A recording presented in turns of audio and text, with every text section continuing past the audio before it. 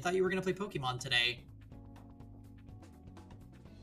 By the way, it is looking like tonight is either gonna be Pokemon Unite on stream or Nocturne Platinum chasing, so feel free to give me feedback on what you guys want to see tonight.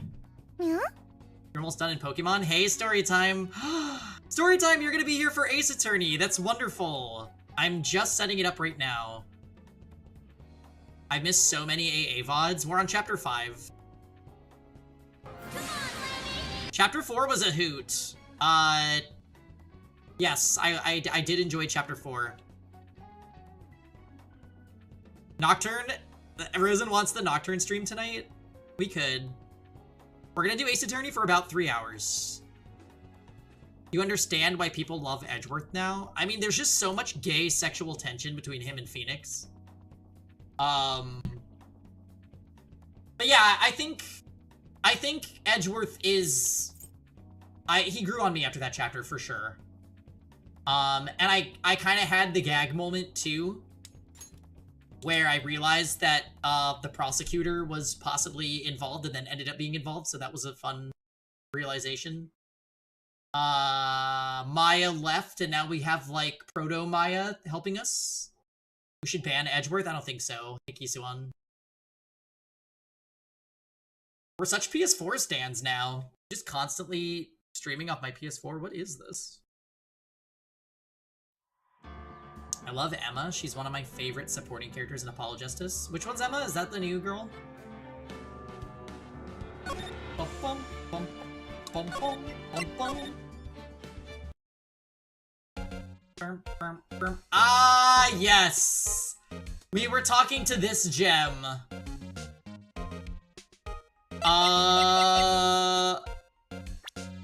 Yeah, sexy lunch lady. So, I might need a little, like, mini refresher what happened here. We were looking, but there was a cowboy guy that wasn't letting us investigate to the fullest of our abilities. Yeah. Did I already talk to her about everything? No, I didn't talk to her about anything. Somehow, I knew it. Yesterday was a day of destiny. I knew something was going to happen. Just like how I know this daily special on Friday every week is salmon. Destiny? Was yesterday special for some reason? You're a defense attorney, right? You should know then. Also, storytime, yes, I'm glad that you'll be lurking, and I hope you had fun at Frosty. I actually caught up on Frosty's grand finals, this morning, I did. You should know the foul misdeeds of the evil ones who haunt this den of inequity. Evil ones? Prosecutors. They have no qualms at all about blackening the name of innocence. And yesterday, they paid homage to the most evil one of all. They gave an award for King of Prosecutors. What a farce. So, she's saying there was some sort of prosecutors convention yesterday. Except for the part where you had to play in Uni Top 96 hungover. Oh, yeah. I tried to net play Uni yesterday because I was feeling inspired, and I just really don't like net playing. I fought a super laggy Akatsuki and couldn't do anything. I just was like, I think I hate this.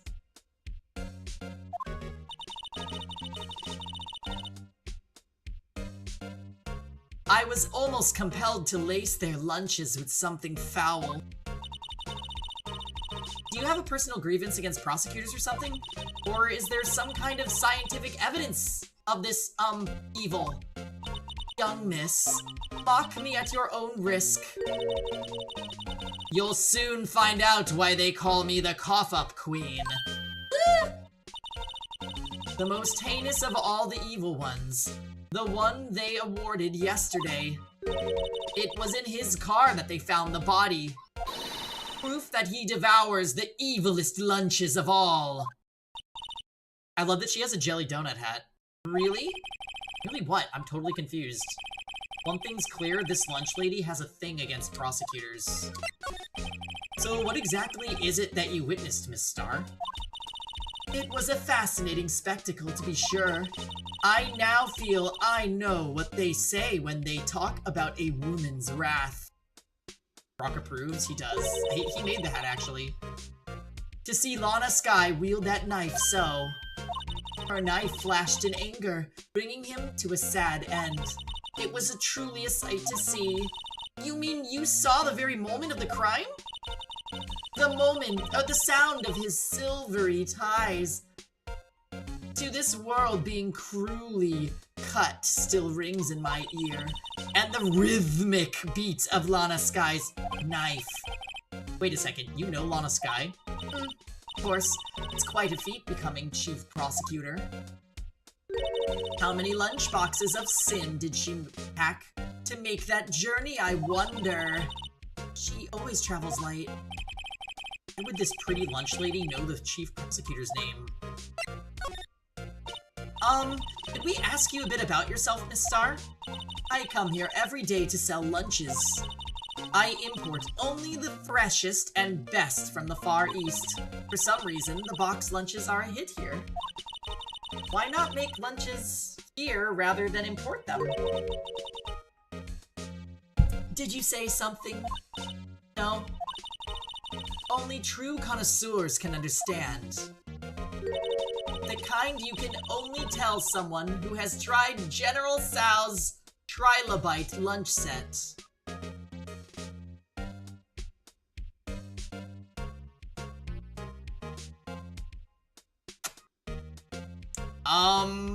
Okay. I'm just gonna let this one go. Never mind. I don't even want to appreciate part of a Trilobite's flavor. Anyway, I come here every day to sell lunches. My boyfriend works in the security room here at the prosecutor's office. Your boyfriend? See the security room over there? Yeah, agreed, Fabbles. We like Emma, Karoy? I like Emma. She's literally just Lunch Lady Camilla. The glass-walled booth? I sell my lunches, and since I'm here anyway, I drop in to see him. Since you're here anyway, I guess selling lunches is more important than romance? So, to scientifically analyze the data available so far, you, Miss Star, are a lunch vendor with an ulterior motive for coming here. Useful analysis. Wasn't that bad. Did you have a bad experience with a prosecutor, Miss Star? Sense some hostility. Hostility? Ha! Perhaps. Prosecutors are all alike, and the bigger they get, the worse they smell. Kind of like 10-day-old clams in the chowder. Wonder if Miss Star was involved in some sort of legal trouble in the past. That'd be a sure cause of food poisoning. Scientifically speaking, of course. I mean, now you're talking cough-up queen. I thought she was just a lunch vendor, but now I'm not so sure.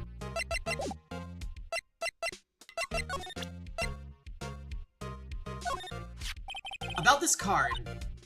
Lunchland vendors only accept cash, no cards. Especially not a card belonging to someone else.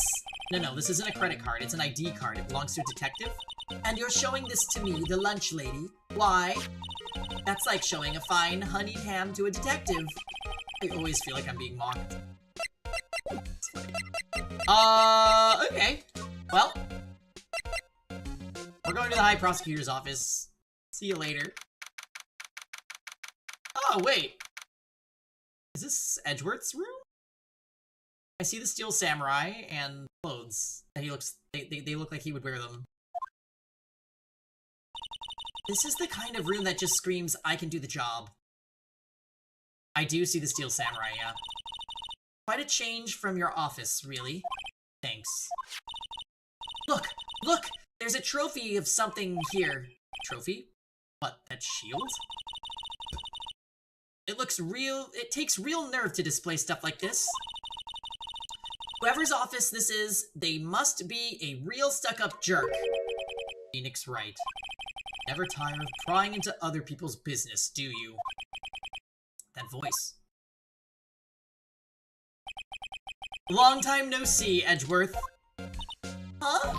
Ah! Mr. Edgeworth! You know him from somewhere? Of course! I'm his biggest fan! My sister introduced us once, and...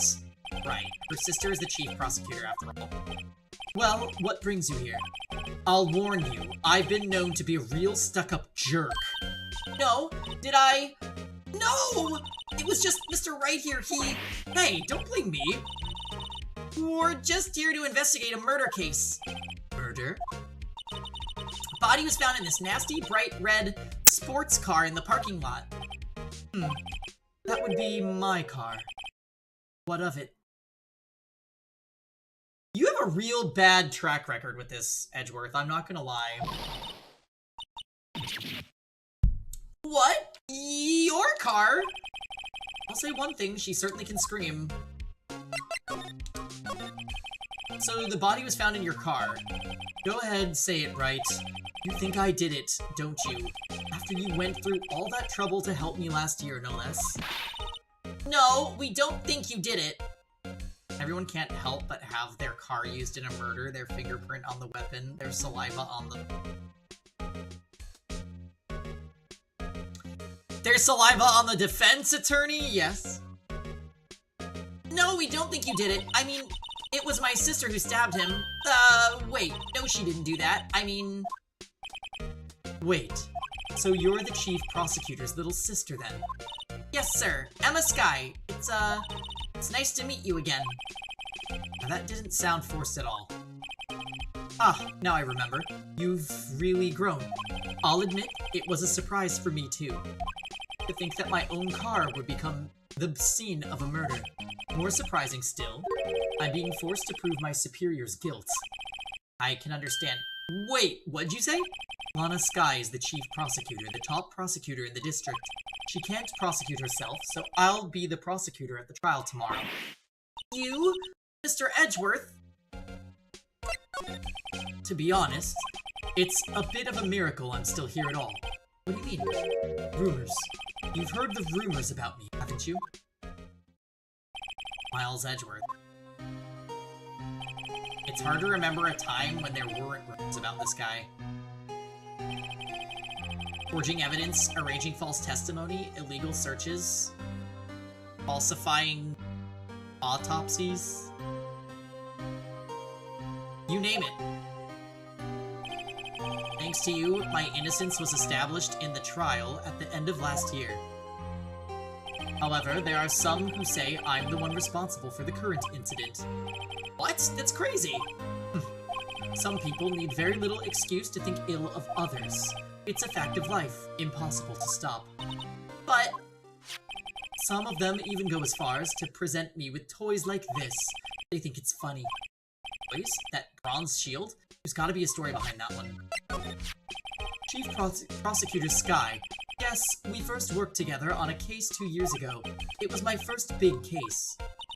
That's right, I remember. 2 years ago, I wasn't even a lawyer yet. Since then, I always felt that she was looking out for me. It appears I was mistaken. Mistaken? Why? I mean, I know she's not the warmest person, but I'm sure she felt some responsibility for you. Then, why? Why did she stab someone in the trunk of my car? Not only that, she stabbed him with my knife. What? Mr. Edgeworth, your knife was the murder weapon?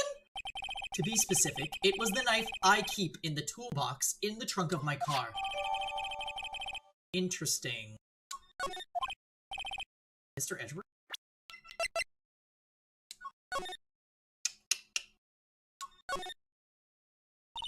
This must be the victim's blood, right? Either that or Edgeworth cut himself peeling an apple. What's Edgeworth doing with a knife like this anyway? Hey, maybe he spends his weekends roughing it in the wilds. In the wilds? I think my fruit peeling theory is more likely. You kidding? I always pictured him as an outdoorsman. Now there's a scary thought.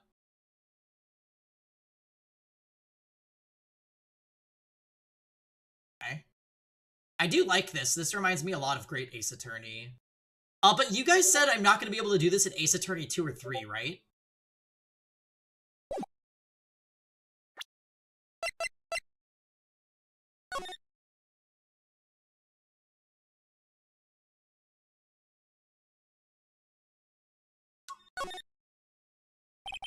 Name and ID number are written here. Sergeant Bruce Goodman, number 584-2189.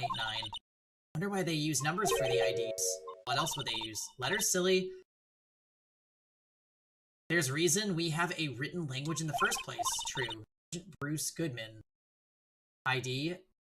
Yabadab. See? That'd be better. Yabadab, it doesn't have a ring to it. Exactly my point. It doesn't take much to amuse. Oh, correct? Okay.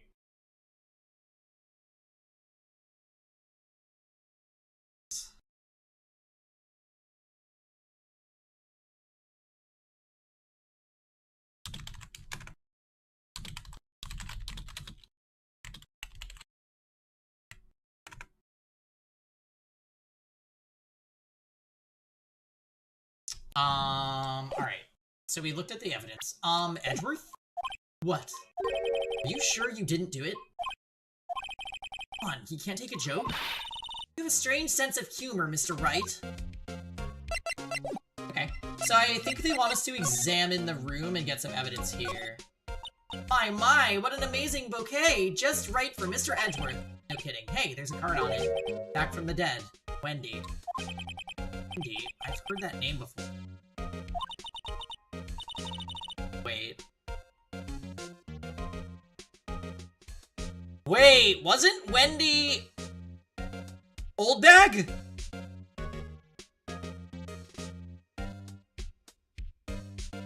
And a giant steel samurai. Wow, I want one! Huh? There's something written on the bottom of his foot. Between a rock and a hard place, Wendy. Wendy? Is she Mr. Edgeworth's fiancé? No, no, no!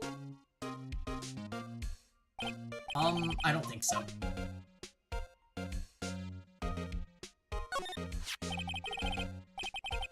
I've been wondering, what the heck is this? There's a big K on it. Prosecutors. Huh? What's that? It's the King of Prosecutors trophy. Yeah, King of Prosecutors! It's a great honor. They send that shield to the best prosecutor each year. What? So that K, that's... K stands for King? Yeah, got a problem with that? I didn't design the thing. King of Prosecutors. Kind of like Employee of the Month, only better!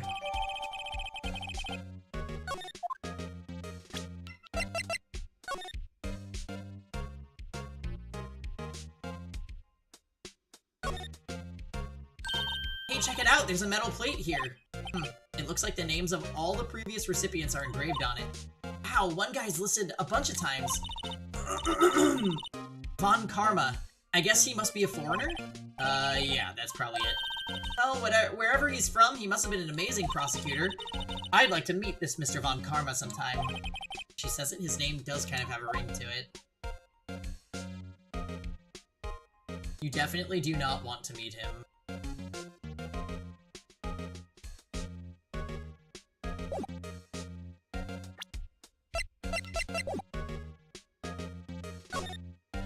Wow, this jacket is even lacier than his usual ones.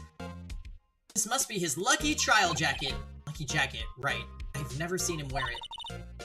I'm sure there's a story behind why it's in a frame. Maybe I'll be naughty and take a picture. He's getting way too excited about this. Work desk, it's quite tidy, as one might expect. A nice desk, easy to use and easy on the eyes. It's polished so well I can see my own reflection. Strange, why did I just picture Detective Gumshoe? Maybe I'll take that name plaque as a souvenir. Don't. Sue you. You can't just take from people's rooms, girl. Only I can do that. Whoa! These are all case files? They're stacked up to the ceiling. There's even a ladder. Odd. I thought Edgeworth wasn't good at heights. He must have someone get them for him. Strange. Why did I just picture Detective Gumshoe? Okay. Hey, a chessboard! Not too up on my chess, but it looks like Blue's in a bit of a tight spot. The Red Knights have surrounded the Blue Pawn. Those horse are mounted knights. Their swords have really sharp edges. Check out the poor pawn. His head is kinda spiky. Kinda reminds me of you, yeah. The color symbolism. Mr. Edgeworth must be an avid chess player. What's wrong, Mr. Wright? Just surrounding a pawn with spiky hair. Nah, it's nothing.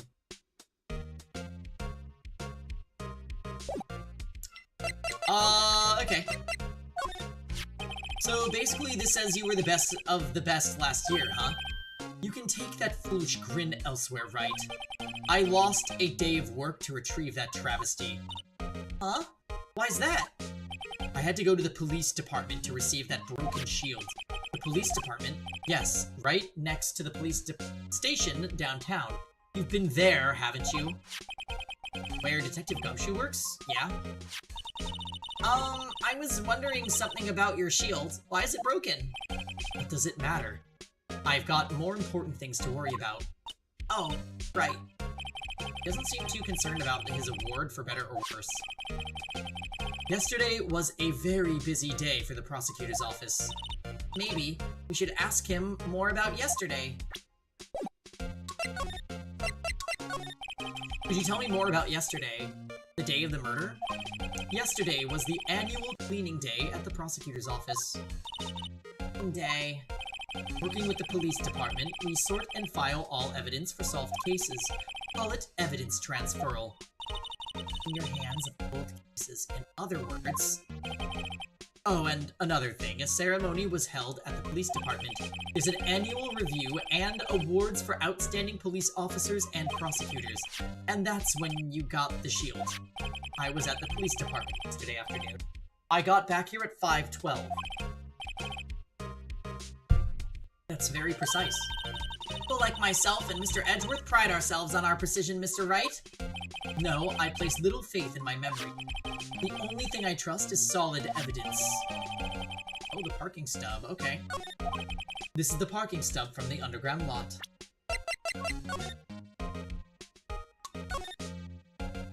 Miles Edgeworth, 1712. This is dated the day of the crime. The murder took place 3 minutes after Edgeworth parked his car. If only he was held up at a couple extra red lights, he wouldn't have been caught up in this whole affair. Perhaps. Just goes to show you, you never know what'll happen when you run a yellow light. Life lessons? Okay. Nothing else about it, eh? The murder took place around 5:15. So the murder happened right after you got back. What? Right? I'd appreciate it if you direct that suspicious glare elsewhere.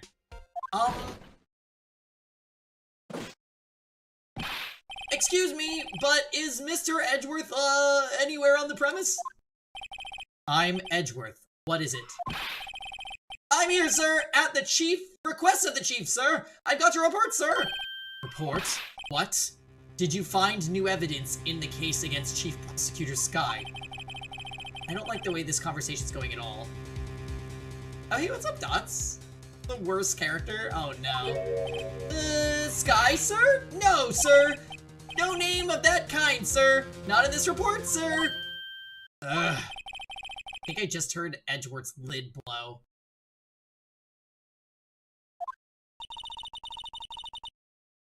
Mr. Edgeworth's lid isn't on very tight, is it? I made a clear request to the police department, did I not? I need to focus on the trial tomorrow, so don't bring me anything unrelated. Sir, but... Sir! I'm just following orders, sir! They told me to bring this to you. I wasn't aware of the particulars! Give me your name. Yes, sir! Meekins, sir! Officer Meekins!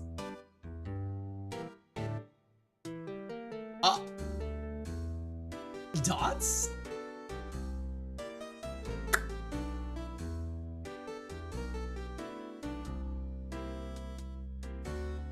I'm giving you the Wendy eye. Right, Officer Meekins, take your report and leave. And good luck with that raise next month. But, sir, I didn't know!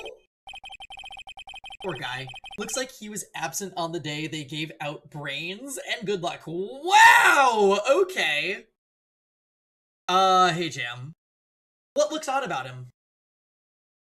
Also, what are you playing in Discord? That looked interesting. Right. Yes, sir? God, he caught me off guard. As you can see, I'm busy. You may leave now. Let's do what he says, right? The victim was a detective from the same department as that patrolman just now. I'm playing a retro-inspired RPG called Scarmund, and it's great. Is it turn-based, champ?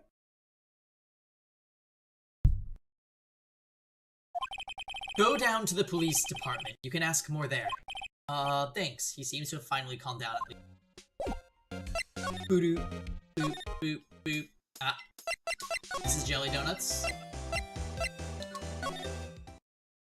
Turn-based, inspired by NES, Final Fantasy, and Dragon Quest.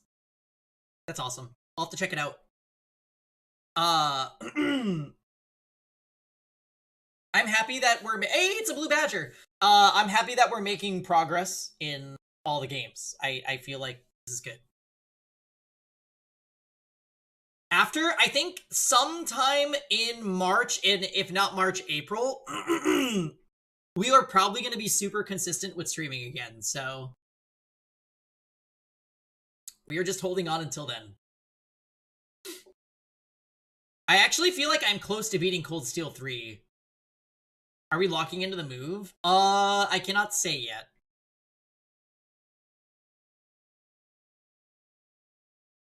But when I can, I will definitely announce on stream. So don't worry. I will probably say it 1,000,000 times per every stream. Where are you adding Cold Steel 3? I need to catch up on the VODs. Cold Steel 3, I just entered the palace that showed up in Heimdall. And I don't know if it's the final dungeon or not. I'm like, it feels final dungeon-y, but I don't know. I do know that I'm enjoying it, though.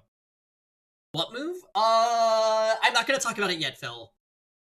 But, I will be talking about it when I know more details.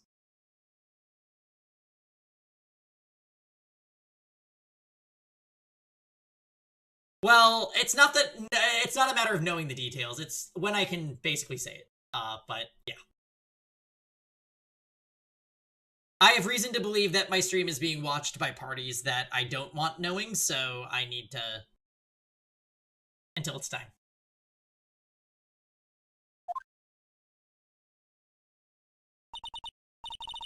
Sounds ominous. Oh, it is. That will also be explained in detail at a future time, so I just ask for everyone's patience for those of you that do not know. We're finally here.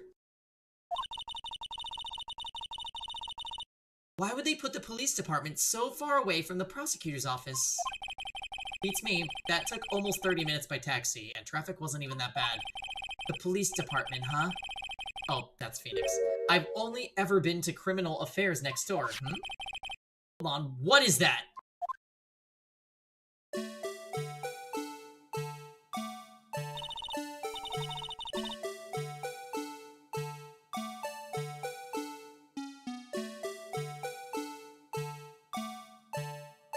Disturbing.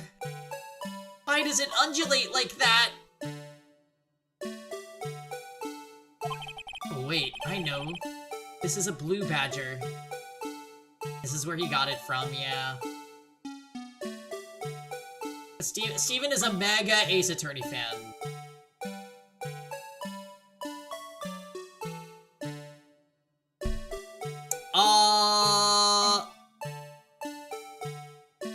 It took me embarrassingly long time for you to connect the dots.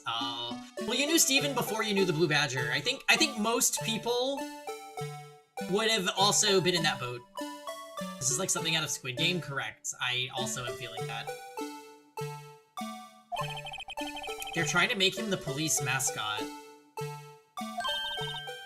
Wow, Mr. Wright, you sure know a lot about the police. Still, he does seem familiar somehow. Forget the Blue Badger. Who's that next to him? Someone appears to be dancing with the Blue Badger. Uh-oh, he noticed me. He sure is running over here fast. Hey, pal, what are you doing here? Yay, he's here, Jam. That's my line, Detective Gumshoe. Specifically, why were you dancing over there? What? Well, at least he doesn't seem to be... Well, at least he doesn't seem to be busy. This is our chance to get information. Hey, I'll have you know I'm a very busy man, pal. I'll give you one word of advice, pal. You better not agree to defend the suspect in this case. Why not? Well, it's just that the chief prosecutor has confessed to the crime. She says she summoned the detective to the prosecutor's office and she killed him. But what if she's not telling the truth? Yes, well, no. Come on, pal, there's plenty of evidence against her. But what if the evidence was faked? Hey, pal, can I speak to you for a second? Huh? Me? Why is this little girl so peeved at me? She's a relative of the suspect. She's Lana Sky's sister. Whoa! The chief prosecutor's little sister! Just please investigate this case carefully, okay? Scientifically. Yes, sir. Oh, by the way, you might want to keep your voices down. You don't want to be overheard using words like fate. Magic is just like math. Oh? Huh? It's a little sensitive issue with us these days. So, what are you doing here, Detective Gumshoe? Me? Oh, well, nothing, really. They kicked me out of the criminal affairs. Wait, what? Detective Gumshoe? What did you do this time? What do you mean, this time? Then, what happens? I know things are busy right now. I mean, with my sister's case and all. It's true. We've never had a chief prosecutor murder anyone before. Only the highest ranked people are being let into criminal affairs now. Lowest ranking guy in there is our chief of detectives. They're not letting any of us rank and file detectives in at all.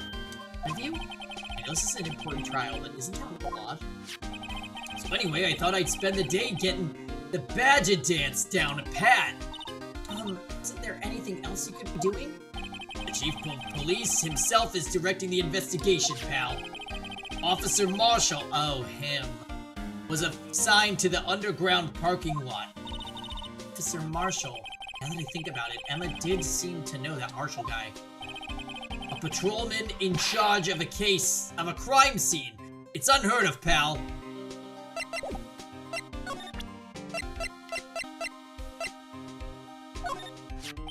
Detective Gumshoe, what can you tell me about this?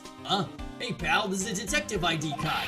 You can't keep that. You have to turn it into the police. It's people like you that get me in so much trouble all the time. It means Detective Gumshoe must drop his card a lot. Let's see, Bruce Goodman. Goodman? Sounds familiar. Ah, my mistake.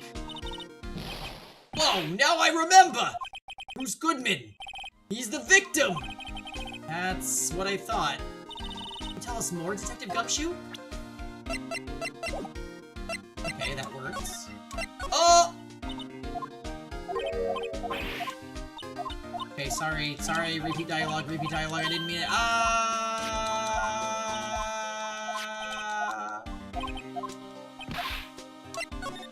So, this ID card belonged to the victim. He was a detective like myself, Detective Bruce Goodman. You don't think it's strange? I mean, why would the victim's ID card be lying on the ground where he found it?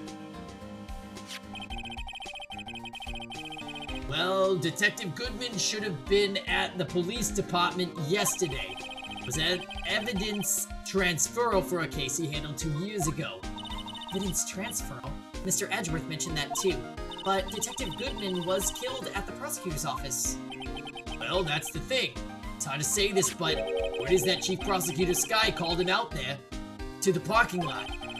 Lana's confessing as much.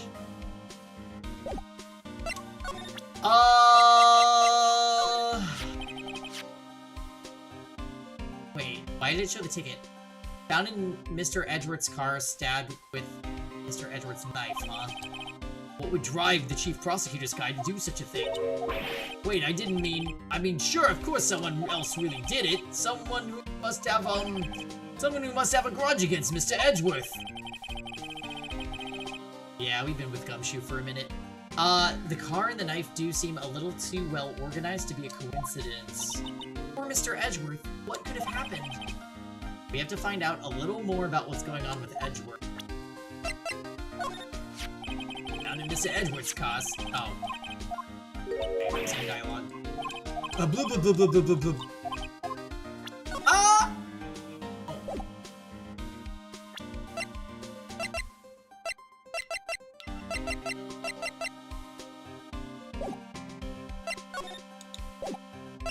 Okay, so... Am I done with him? Should I just present everything? Here's my attorney's badge. Shows to me every time we meet, pal. Real men show their police badge. Enough said. Wish I had a badge. Some examining, you think? Oh, true. I haven't examined yet. That's a good call. Who are these people? Look, that patrolman is saluting the other guy. He must be a detective. And then I said, hey, you do that, your soup will get cold, buddy. It's hilarious, sir. I laughed so hard I cried. Guess he wasn't saluting. He was wiping tears from his eyes. They make a good pair. Mr. Wright, do you know why patrol cars are painted black and white? No idea. Why? Well, I think they're designed after a panda. And then they made out. A panda? Not that I have any scientific proof, it's just a theory. Do you mind asking how you came up with that theory? It was when I was on a school trip. I saw a patrol car and it came to me. We'd just been to the zoo, see? Zebras, or do they not have those at your zoo? I was wondering about that. What, the dancing blue badger? It's my masterpiece! Oh! He made it?!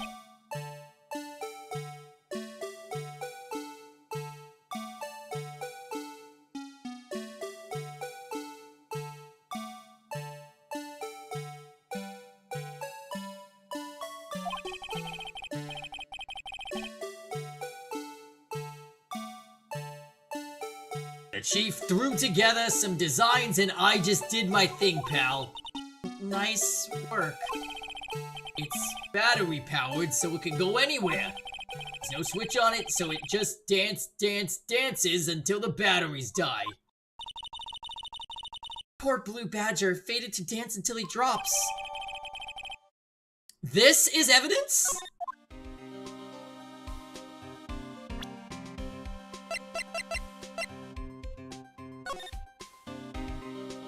Why is there a handprint on it?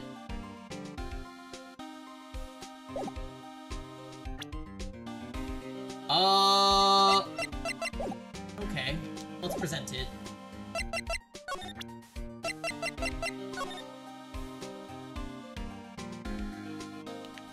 Wait, why can't I examine this? Oh.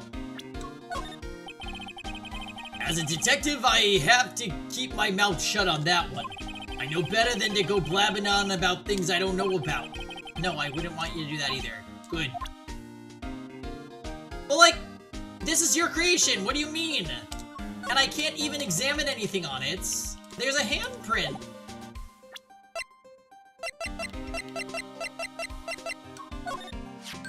Hey, that's it! That's the King of Prosecutors Award that Mr. Edgeworth got yesterday. Were you at the award ceremony, Detective Gumshoe? Of course, pal, I got an award for diligence myself. Ah, congratulations. I was wondering, why is the award a shield and why is it broken? Oh, there's a reason! I'll tell you what it is later. Apparently he's forgotten. But I was proud of Mr. Edgeworth for winning that award. Even with all the naysayers in the prosecutor's office. Naysayers? Must be because of the rumors. Okay.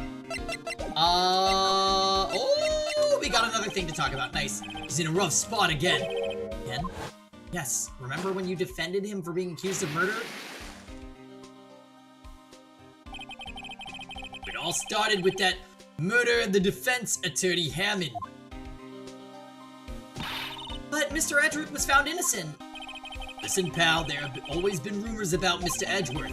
Forging evidence, making deals with witnesses. Nothing outright, but there were always whispered rumors.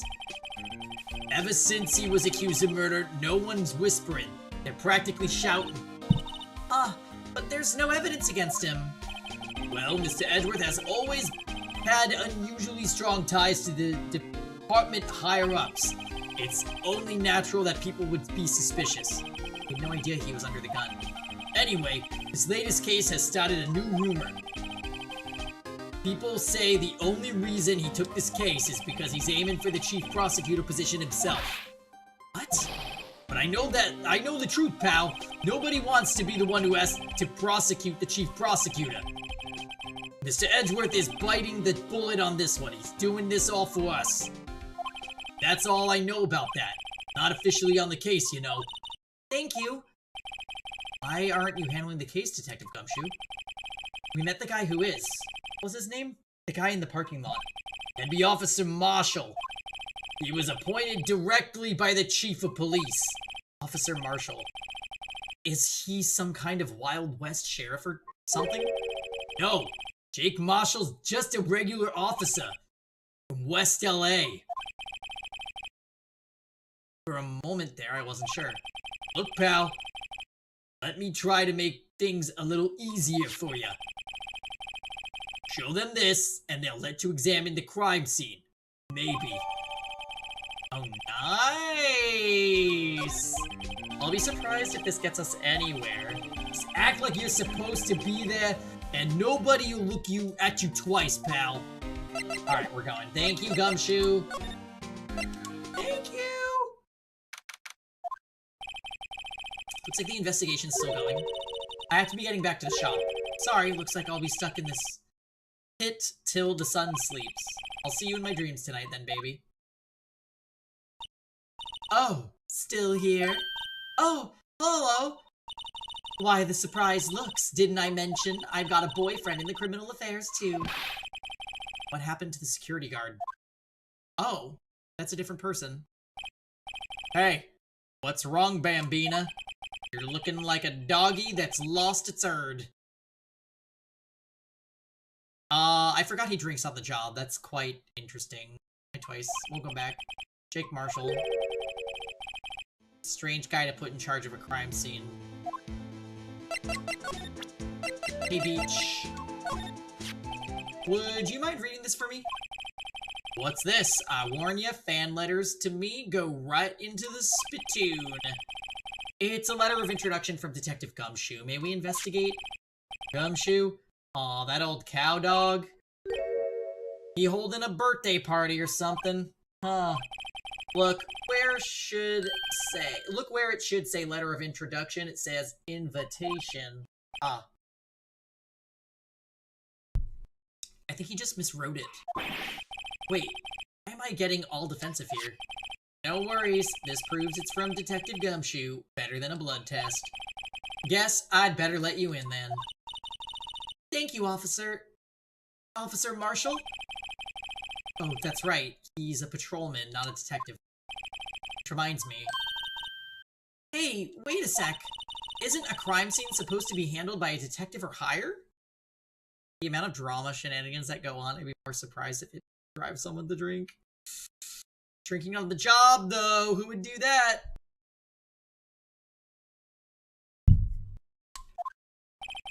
Well, folks, the clues are calling. Welcome to our gold strike. Be like the settler. Strike out the lands unknown. Manifest destiny. Let's have a hootenanny. Note to self, police investigations are like settling land. Well, Mr. Wright, what do you say? I say I won't be needing this anymore.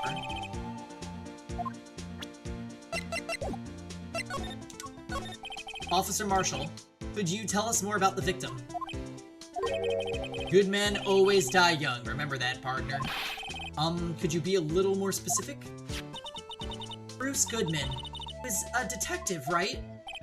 Well, well, aren't you a feisty doggy there now? Detective Goodman was stabbed here at 5:15. The smiling Madonna told me the tale. I think he means the witness, Miss Angel Starr. One stab to the chest, a fine piece of work. This here's the autopsy report. Okay, death due to blood loss, one knife wound, died within an hour and a half of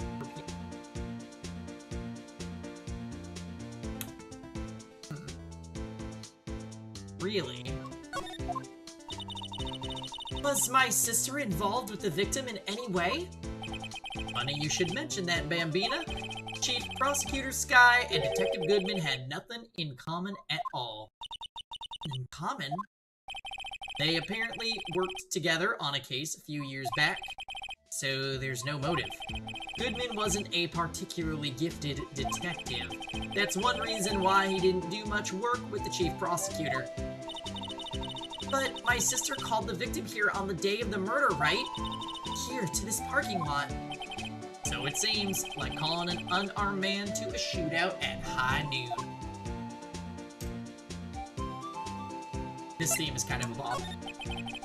I don't mean any offense, but Officer Marshall, you're a patrolman, right? Not a detective. You calling me out?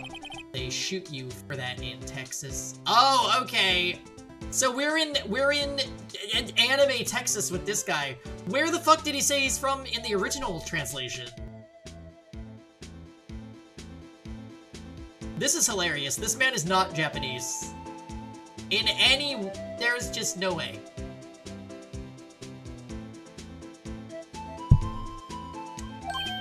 Huh? I was one of them fancy shoe detectives till 2 years ago, to tell you the truth. Oh, really? Now he tells me. But you're a patrolman now, so how can you be in charge of a crime scene? Nothing gets by you, does it, Bambina? So, why are you in charge? No reason. We're just short on hands right now. I'm keeping an eye out in the meantime. That's odd, though. I imagine he was just like a weeaboo for America in that version. I don't think you can make this guy not Texan with that design. That's odd though. What would you even call that? Someone Japanese that's obsessed with the West. Because like, we say weeaboo for someone that's American that's obsessed with the East. A Westaboo? It's a thing, kind of. I don't know the term. America-boo? Gaijin-boo?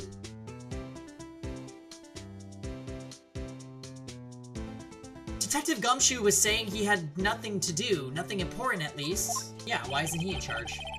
He's nothing but a sad old cow dog that can't find his tail. Maybe it's because he runs with that Edgeworth, eh? Edgeworth? That cow dog's been kicked out of this cattle run. By order of the chief of police. Just, he doesn't realize it yet. Detective Gumshoe kicked out the investigation?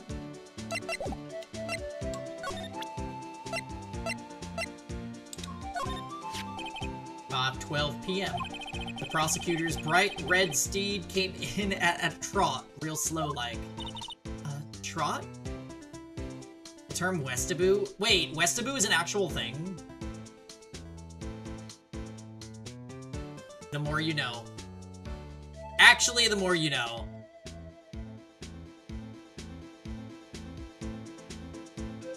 By the way, Bubble Wand, I have Grand Blue Fantasy Relink, just so you're aware. The era is coming.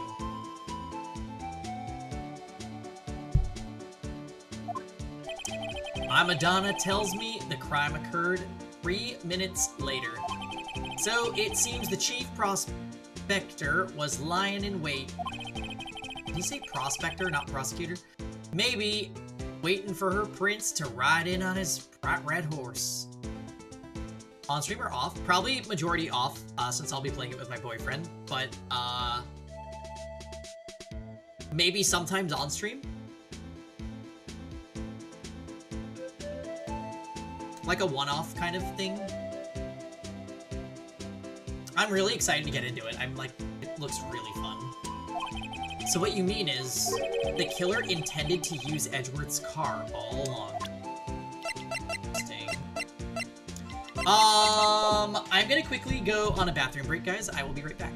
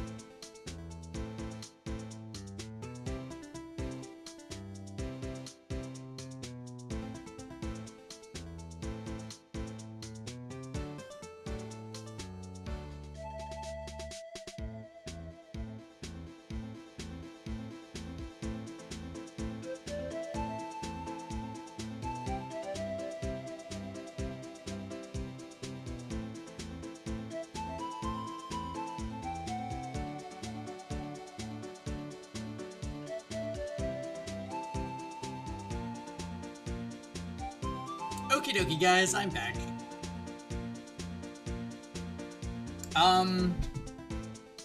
Alright, so. We have permission to investigate, and we have talked to this dude. Do I need to present anything else to him? Like... Ah, a toy shield suits the boy well. What exactly could you do with a shield like that? A toy knight, maybe? Officer Marshall, don't you have anything good to say about Mr. Edgeworth? You don't like him, right? We get the... You know, when I was a detective, I got one of these. Let me guess, did it have a K for King of Detectives on it? Fair warning, Relink main story is solo only. It's a side content that can have co-op. Okay. So, I'll do... Yeah, that's fine. That's fine. Well, yeah.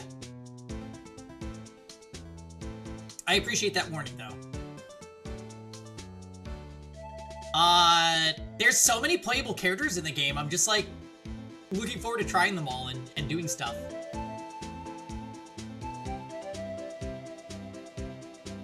It's such a cool game. The side bosses are fun in co-op. Oh, I bet. I can't wait to play with other people. I'm just not sure exactly when we're gonna get it started up, but it'll definitely be sometime this year. I picked it up for like 27 bucks on sale, which is crazy because the game is normally like 70. I did get the Steam version though. I hope that's not a problem.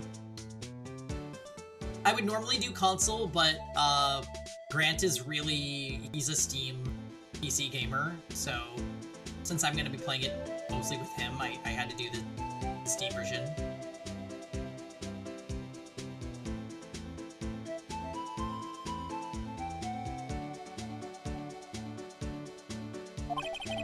Hey, they could use the same shield over and over.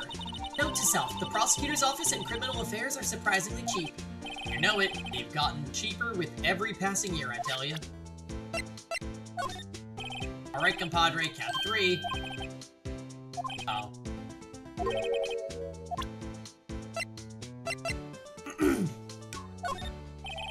Okay, so...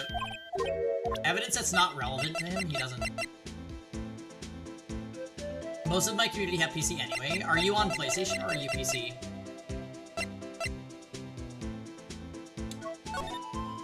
Okay, so Bruce Goodman, 36 male. Date and time of death, February 21, between 4 p.m. and 5:30 p.m. Loss of blood from chest wound. Wound was caused by a 4.5-inch knife. A single stab was... Okay.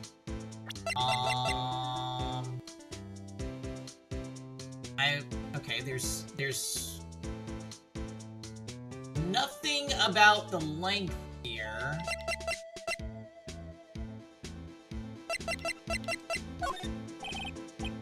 Okay, so Marshall doesn't seem like he wants me to bring anything. Can I examine it?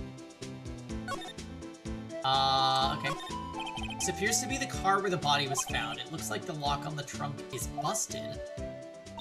Crime scene took place in the underground parking lot at the prosecutor's office. The body was found in the trunk of my subordinate's car. Like a luxury car, it just screams, I have money to burn. Yeah, prosecutors get the big bucks. Oh, what's this? Looks like some sort of note. Mainly PS5 for me, but I bought the Steam version for data mining. Yay! So you'll be able to play! Okay, cool. When we start playing it, I'll probably make a roll on Discord, so I'll make sure to tag you and anybody else that has it. Like, I know Ifrit has it and plays. I think Rosen has it, but he is PlayStation, which is a shame. Jordan plays on PC, I believe. I know Kevin has it on PC. I think Natalie also might have it on PC, so yeah, there's a lot of potential here for Relink gaming, which would be awesome.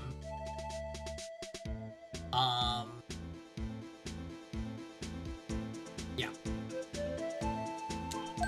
Look! Something's written on it! Oh yeah, 675-12-2. Fuck.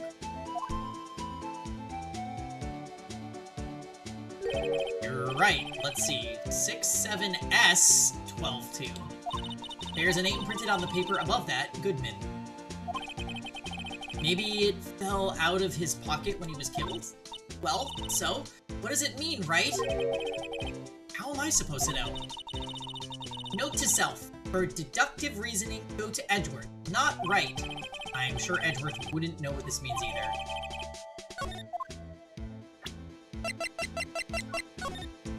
Okay, we can't examine it. Got it. Is there anything else going on with the car?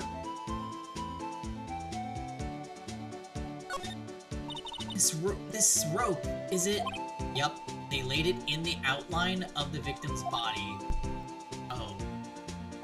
So wait, the victim must have died when the killer closed the trunk on him! You've gotta be the only person I know that would come to that conclusion. That is interesting, so he's fell out of the car? There's gonna be so much here. A block. This area is reserved for prosecutors. Defense attorneys are relegated to B block. I dream of the day when I will be able to park my car here. I'll go over to B block to buy my hamburgers from you, Mr. Wright. I'm not planning on giving up my job that soon. Shout out to hamburgers. I actually kind of want a hamburger for dinner, but don't tell anybody. B block is through there. That's where the visitors park. You can see the Lunchland car over there, far in the distance. You're right, I like the cute design on the floor. I can see a cartoon cow munching down on a juicy-looking steak. Doesn't that strike you as a little creepy?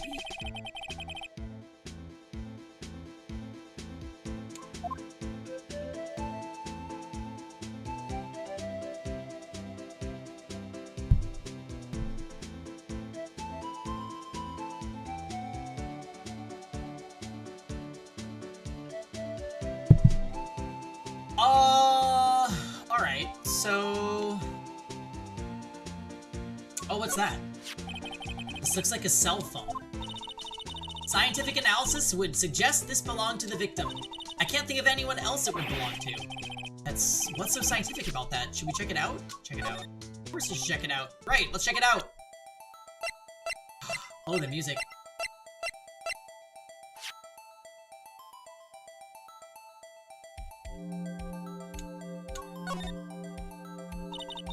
Man, what a boring strap. What's wrong with it? Everyone has different tastes, you know. Here, check out mine. It's a pink princess strap. These are hard to come by, you know. I see the series is as popular as ever with kids.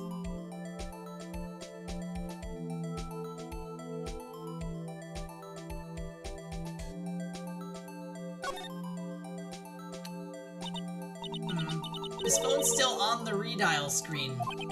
Dial. Mr. Wright? Most phones keep a record of all the calls you've made and received. You just press the blue button to display the last number you called. Convenient, isn't it? I'm surprised you didn't know about it. Sorry to disappoint you, but even I know about things like redial. Huh? Oh, I'm sorry. I know, it's like, think about what phones actually look like in, when is this game supposed to be set in? 2015? Like, this is hilarious. How long did I have a flip phone? I actually need to think about that. I had a flip phone when I was in high school, for sure. Maybe like the very early stages of college, which would have been like 2010.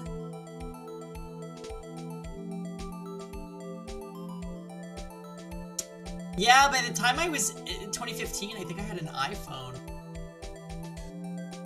It's okay, we can't blame them for not predicting the future.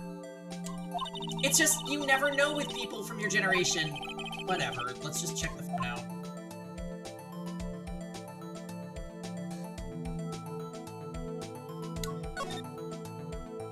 Now, to see who the owner of the phone called last, note to self, a defense attorney doesn't think first, he just pushes the button.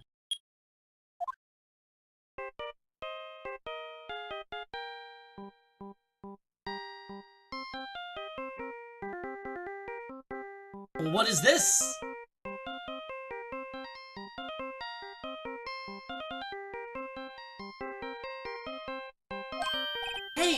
That song! I know that!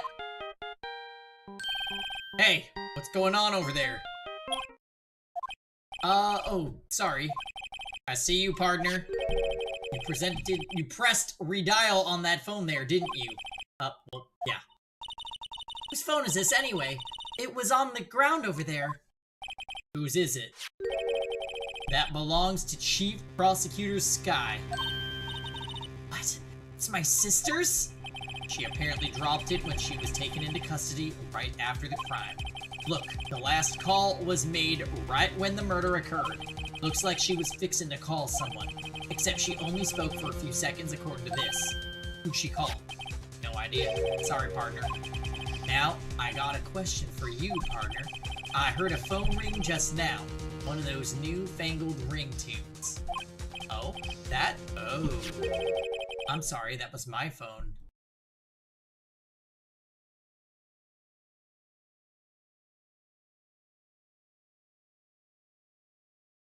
Was she trying to call us?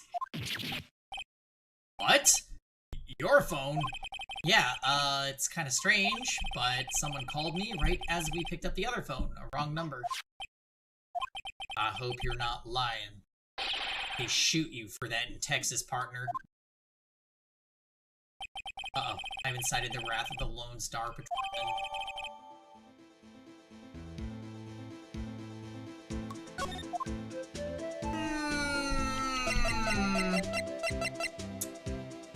Interesting.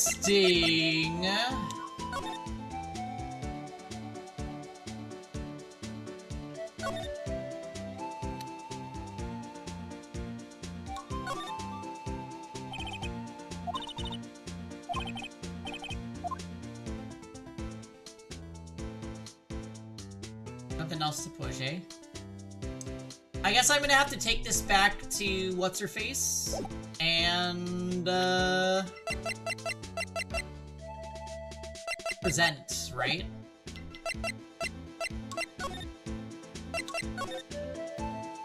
So there's no connection between Detective Goodman and my sister. That's correct, but there's a goldmine of evidence against her. And the prospector tomorrow is none other than Edgeworth himself. I'm afraid your sister's fate is decided, Bambina. Many condolences. Officer Marshall? Yeah, Bambina? How can you say that? You and my sister, you were... Is there something between the cop and her sister that I don't know about? I apologize, Bambina. Something must have gotten to me. Maybe it's that dry wind that's a-blowing through the prosecutor's office. Dry wind or ill will. Something's up here, but who? Suspicions about Mr. Edgeworth have been flying around for nearly 2 years now. Forged evidence and arranging testimonies, you mean? He was unbeatable because he did whatever it took to win. Unbeatable, that is, until he met you. But rumors are just rumors, aren't they? These are prosecutors we're talking about. Evidence is everything to them. If you follow the rumors about Edgeworth to their source, you find one person. But they're off limits. Untouchable, you might say. One person? Who? To say this, but it's your sister, Bambina. Chief Prosecutor Lana Sky. What? My sister? Edgeworth couldn't rustle all those cattle by himself. Some people load their guns with bullets, some people load them with deals. What, you're saying Edgeworth was making deals to win trials? There's gunshots, there's bound to be bullets. That's what the old-timers say. There's a big old secret hidden around here somewhere. Everyone knows it. Is that why Detective Gumshoe was taken off the case? They did target him because he was close to Edgeworth, did they? So, well, how are we doing, Mr. Wright? I guess we've got some clues. We have an autopsy report, a note from the victim, and a cell phone. So, you think we'll be okay? Well, the only thing still bothering me is that Lana's confessing to the crime. She says she did it. No problem. I can guarantee that she's not the criminal. Oh, by the way, Emma? Yes? I know that song your phone plays when it rings. What? It's the Steel Samurai theme song, isn't it? Bop. That popular TV show for kids? phone that rang earlier wasn't mine. It was...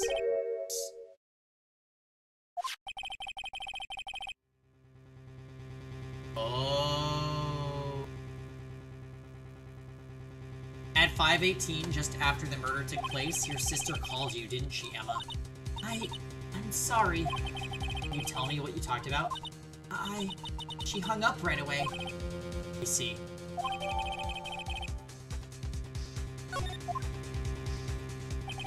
A detective is murdered, and the suspect is the top prosecutor in the district. Got a bad feeling about this. Like, maybe I still don't know everything that went on here.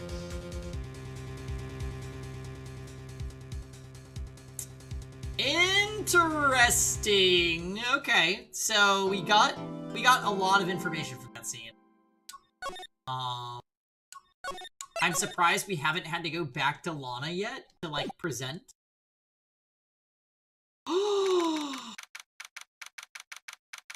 We're already here? Wait, we don't know the story!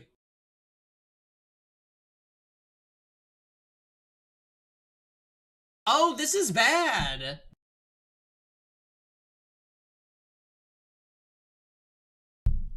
Okay. How did the investigation go yesterday, Mr. Wright? Frankly, there are still a lot of gray areas. Or rather, the whole thing is one big gray area. Don't worry about me, no matter what the outcome. I'm ready to accept my fate. I believe in you, sis.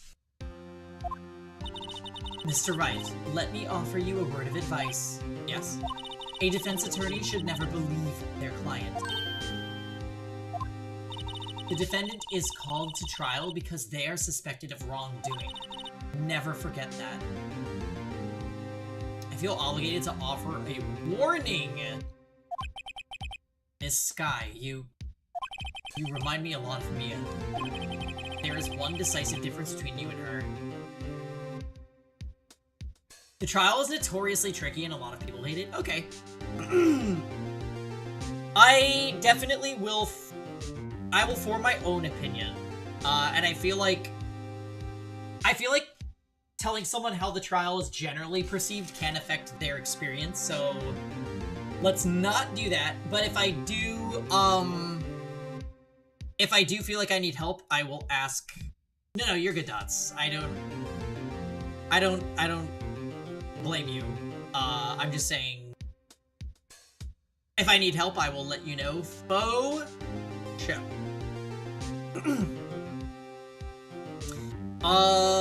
But there is one decisive difference between you and her.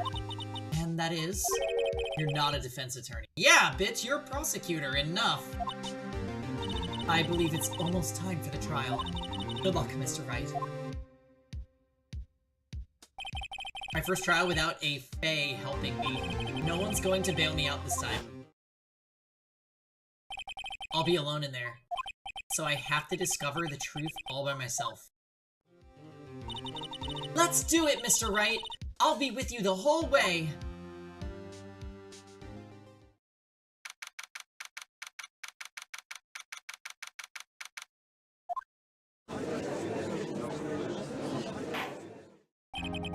Court is now in session for the trial of Miss Lana Sky.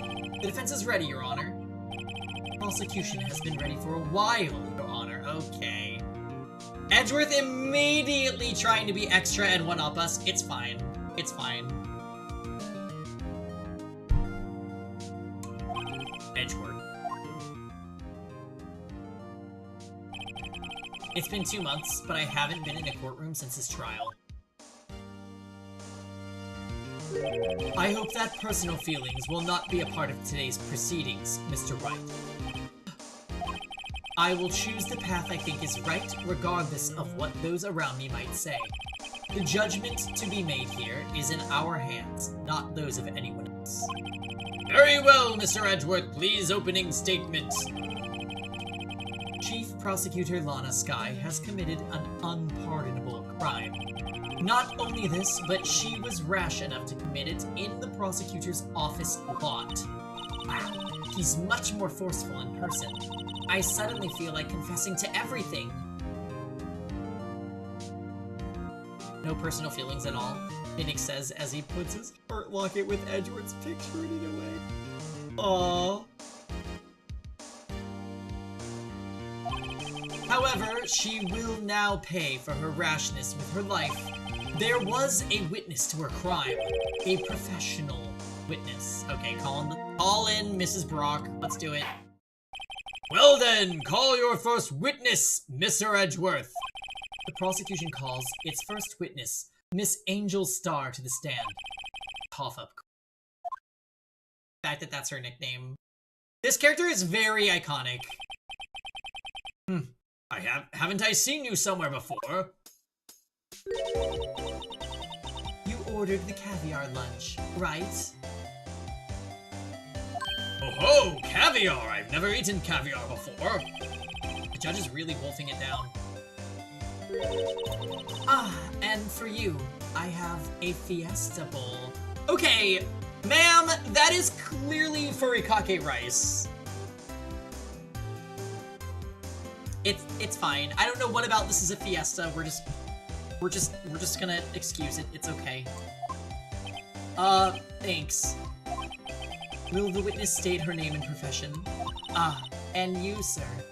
Did you order the fingerprint lunchbox?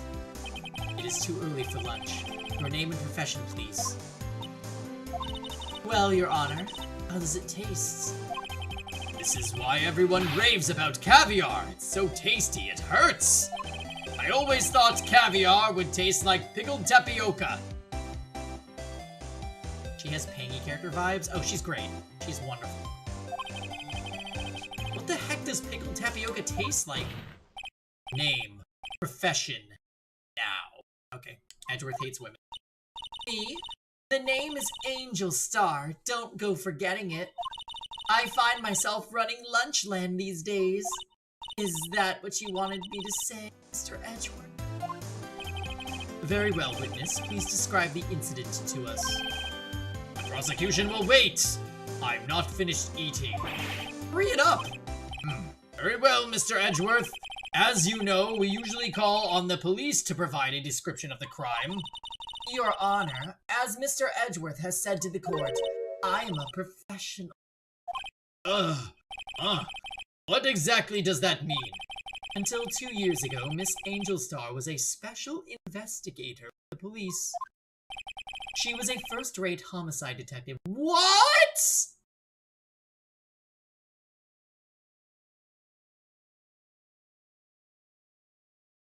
Okay.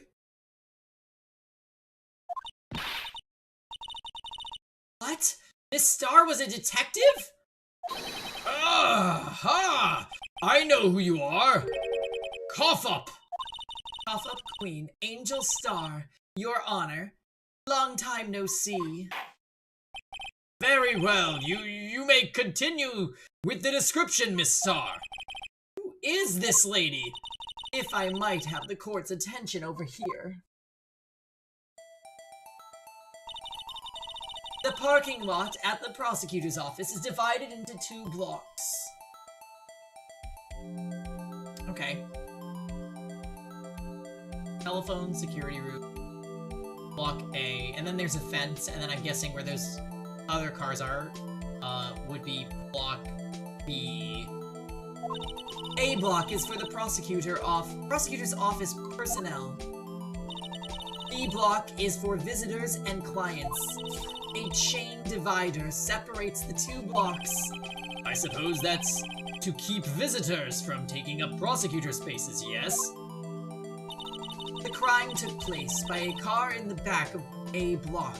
In the car's trunk, the killer stabbed the victim with this knife and went to drive the body out. Unfortunately for her, there was a witness, and an arrest was made on the spot. And who was this valiant witness?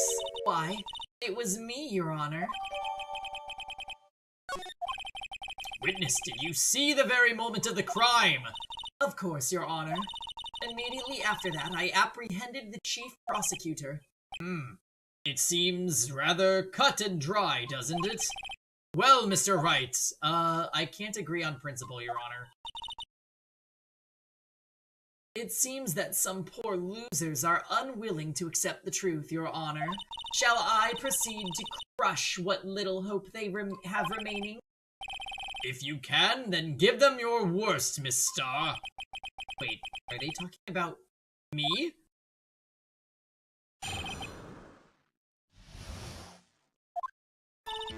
Somehow, I always knew a day like this would come. I was on my way to deliver a lunchbox to my boyfriend when I sensed something. Perhaps it was my finely honed detective's intuition at work.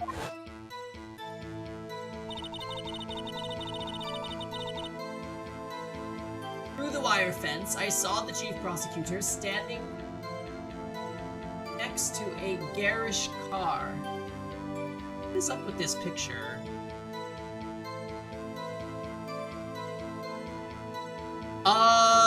Okay, so right off the bat, is that actually the victim?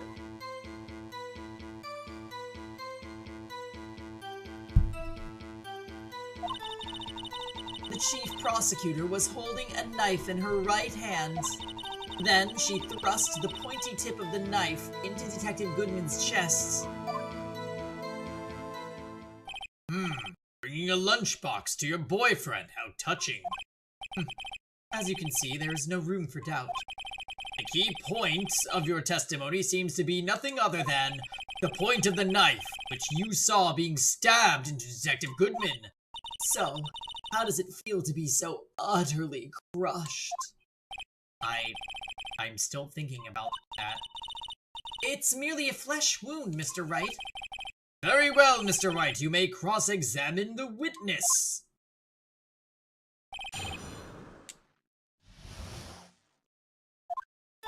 Somehow I always knew a day like this would come. How did you know? I respect the prosecutor's basic abhorrence of crime, yet their methods are ugly and twisted. Twisted methods will always lead to tragedy. The lunch lady's uninformed opinion is duly noted. Given that they are used to erasing inconvenient evidence at their whim.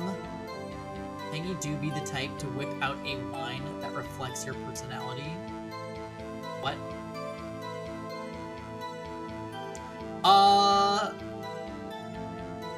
Yeah. There would be, right. So there would be something to say about somebody that I took out Pinot Noir and gave to them.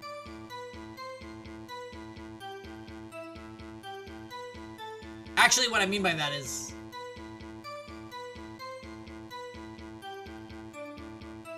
she does that with her lunch boxes? I know. She's fantastic, don't get me wrong.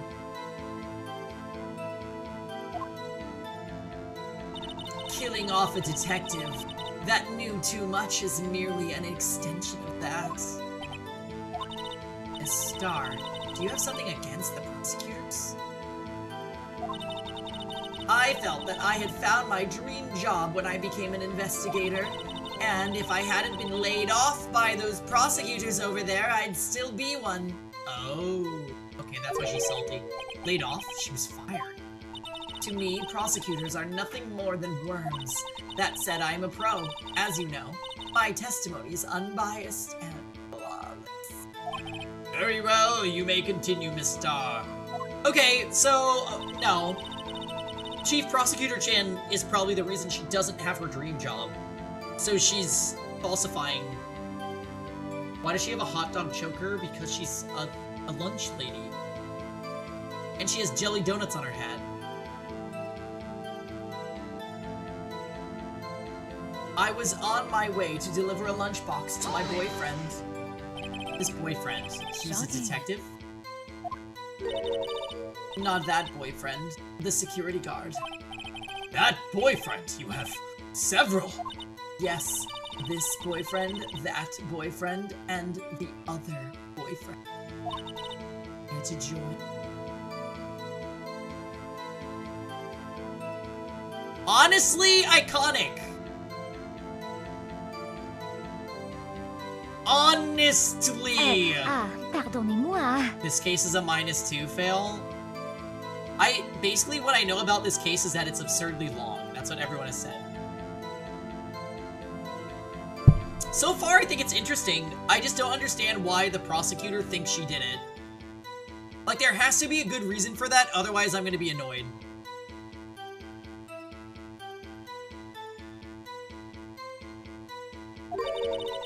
The yet another boyfriend position is still open for applications.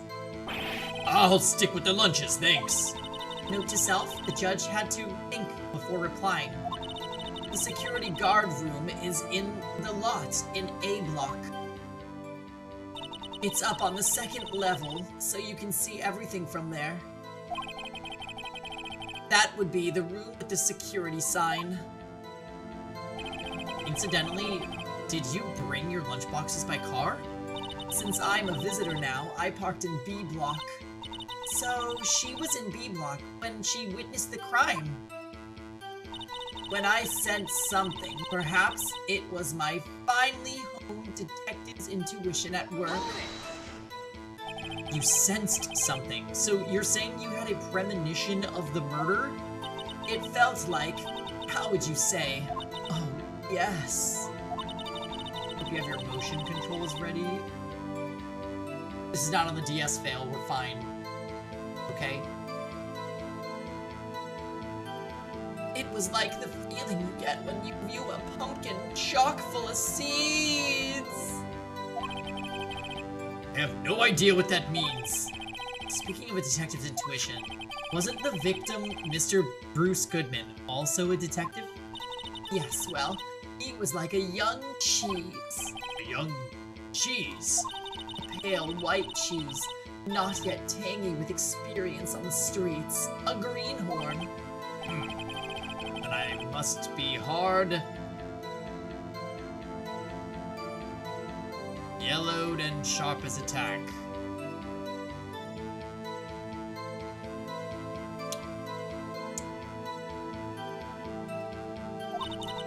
Yeah, with the odor of an old cheese to match. In any case, there, in the lot, I felt something stirring in the back of my mind. Though, through the wire fence, I saw the chief prosecutor standing next to a garish car. A garish car, you mean? Mr. Edgeworth's car, yes. Mr. Edgeworth's? Incidentally, the knife with which the victim was stabbed was also Mr. Edgeworth's, isn't it? Indeed it was. What an odd case this is. And the person you saw, you're sure it was the defendant? I saw her from no further away than 30 feet. I am certain it was her. She's telling the truth. We're doomed. Let's just do what we can. Even if we don't have any proof, we can always nitpick. Witness, in your testimony, you clearly stated the following. Prosecutors are nothing more than worms. Ergo, you are a biased witness. You might want to keep those silly opinions to yourself in the future, rookie. Huh? Rookie? Unless you're willing to risk the consequences of doubting me. I'll fry you like a fritter. Crispy on the outside, chewy on the inside. Why is she 80 years old? So I'm transposing my Pengy voice's Camilla voice. Does it make sense?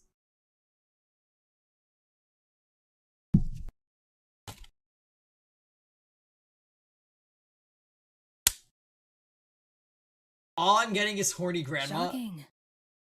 Sir, not every... This is not horny grandma. You clearly have forgot what horny grandma sounds like if you think this is horny grandma. We actually got slightly horny grandma vibes in Cold Steel because I was doing horny grandpa. -2. I'm gonna JPH rain you soon. That was inspiring! I believe I've heard that tagline elsewhere. You could try plagiarism?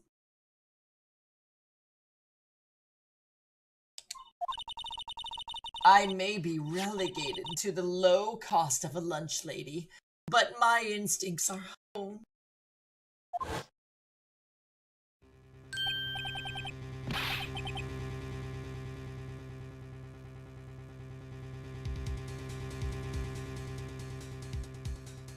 She literally did it! Like, what is this?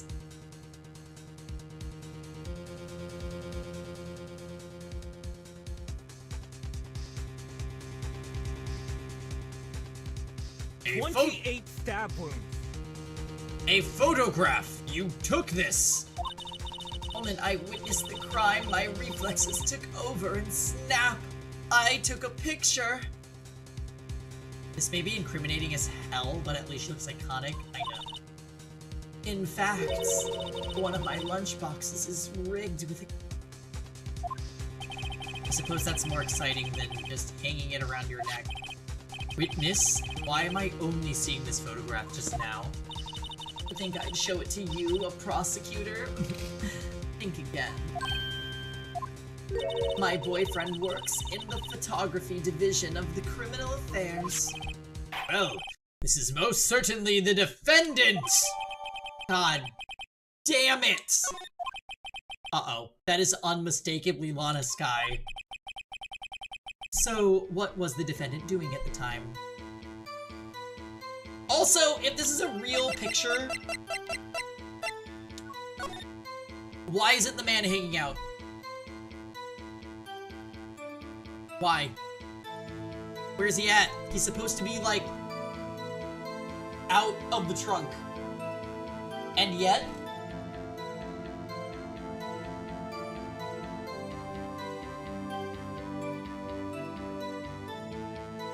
Also, maybe this is me overthinking, but, like... the bloodstains on this lab jacket that she's wearing. Why is she in a lab jacket? And why are they so high? I guess... I don't know what it's like if you stab someone. Would the blood just go pfft? I don't know. I'm not a murderer. I don't know.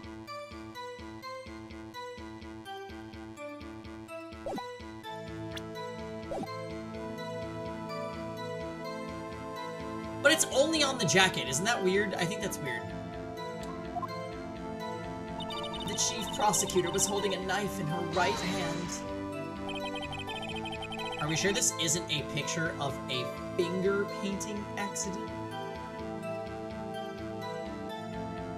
Roy, your mind works in mysterious ways. Tell me more about this knife that the suspect was carrying. Well, I'd say the blade was 4 inches long! Oh, you! Oh, you! Okay. Is that right, Mr. Edgeworth? It is your knife, after all? Yes, that's about right. Prosecutors are by nature well-versed in the location of a man's vital organs. I'm sure it was easier than boiling an egg for my egg salad surprise set. You can't testify as to her ability to kill an egg. I mean, a person. Perhaps a chicken salad set would have been a better metaphor. So, the defendant was holding a knife. What then? Then she thrust the pointy tip of the knife into Detective Goodman's chest. Tell the court why you didn't try to stop the crime. You did see her raise the knife to strike, no? Vince has a point. Unfortunately, by the time I realized what was going on, it was already too late. Too late? Yes, the next moment, the chief prosecutor brought down the murder weapon! I see. It's only a flesh wound, Mr. Wright. We can make it. You said that before. Anything else? Scientifically speaking, Miss Starr's testimony is flawless. Sounds pretty fatal to me. What do we do? Is this it? Is my sister guilty? Let's just keep our heads cool and press the witness a bit, shall we? For some reason, having her panicking next to me makes me calmer. Don't smile like that!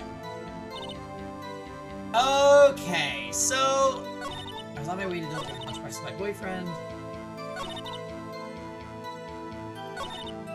Chief was holding a knife in her right hand.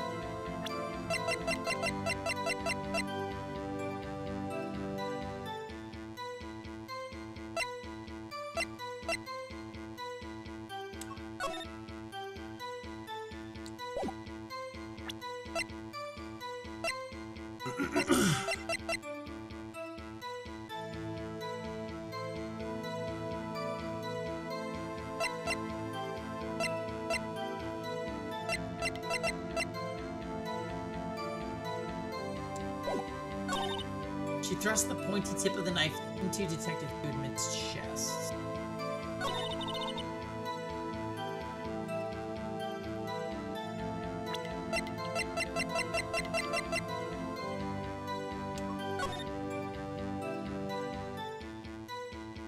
So where's the knife? Can I use this photo against her?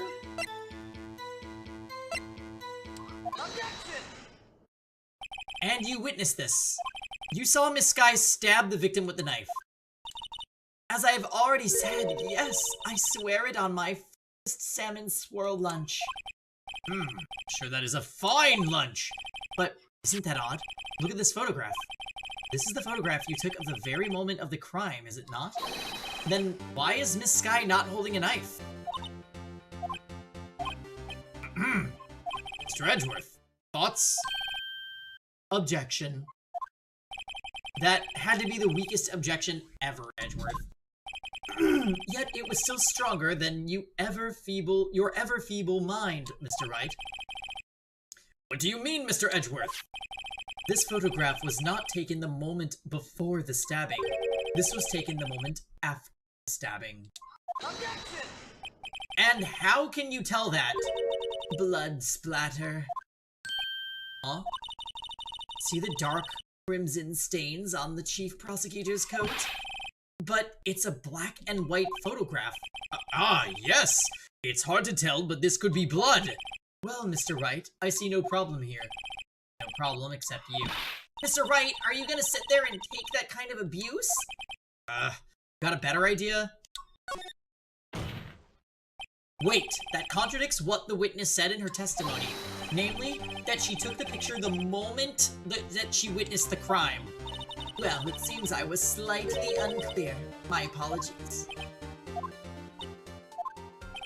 That's it? If you run out of lunch, you order seconds. Problem solved. If you don't like it, try ordering the jumbo-size lunch from the get-go. Good advice. I'm not sure I understood it, but good advice. I'm getting hungry. I didn't have time to stop her. Are you gonna sit here and take that kind of abuse? Yeah, it's actually kind of my thing. Rosen, how far in this case did you make it before you stopped? I need to know. Or did you complete this? I don't know. Oh, you. So I'm not there yet, but you have to tell me when I'm there. I didn't have time to stop her. Prosecutor Scott was cold, calculating like a robot. The vodka sauce and sausage Trader Joe's lunch? No, like I literally don't know. Oh. You actually checked out that hard? You know what it is? I think Rosen and Ace Attorney are just not compatible.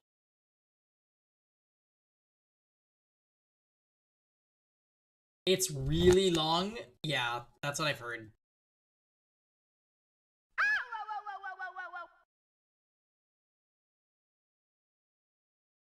Oh my god! She killed without pain or remorse. It was a premeditated murder! Objection! Premeditated? How do you know? Look at the chief prosecutor's hands in the photograph. Well, are those gloves? I'd say it isn't that much smaller than the rest of the game combined. That's what people said, Fail. That's okay. I'm here I am here for it. It's fine.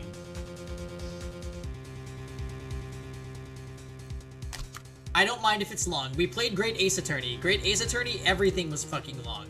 So it's cool. I'm also enjoying Ace Attorney 1. So... it's okay. Surgical gloves, made of thin rubber, most likely. Why would she have those on? If it was not premeditated, she would not be wearing those gloves. Those gloves do seem to tell a tale of premeditation. Premeditated murder, a serious offense. Witness, add this to your testimony. The murder was planned. The rubber gloves prove it.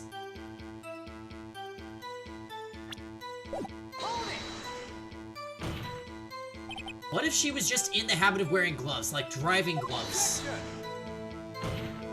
The gloves were admitted as evidence when the defendant was arrested. They were rubber gloves of the kind used for autopsies. In other words, when the chief prosecutor came to the crime scene, she came to do murder. It's the only possible conclusion one can make. I feel AA is at its best when it doesn't take itself too seriously, and the first trilogy is pretty good at that. I mean, how would you rate Great Ace Attorney in terms of taking itself seriously? Because I actually think Great Ace Attorney 2 has a overall really good story, and it was very, like, it's a very good visual novel. Too damn much out of 10.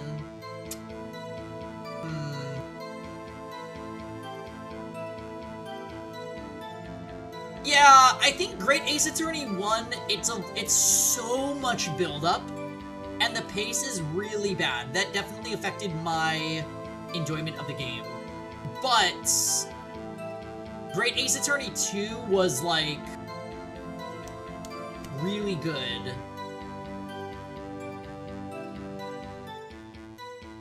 I think I'm mostly down with what Ace Attorney is putting down. I've actually enjoyed this game because it feels so abbreviated compared to Great Ace Attorney that I'm just like, oh yeah, great. But like, cross-examining witnesses and using evidence against them is pretty fun. Like, I like the loop.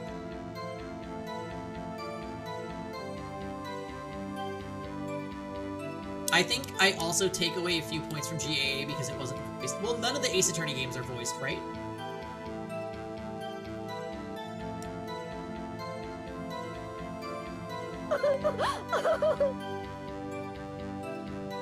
I mean, I am at a point with streaming where, like, it is noticeably harder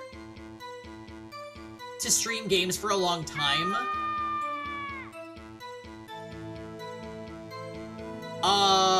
That are not voiced because it's just a lot to read. Like, I can read to stream, but it's really nice when things are fully voiced. It's really fucking nice. But it's my job as a streamer to bring the voice acting for you guys to enjoy it. So that is what I will continue to do.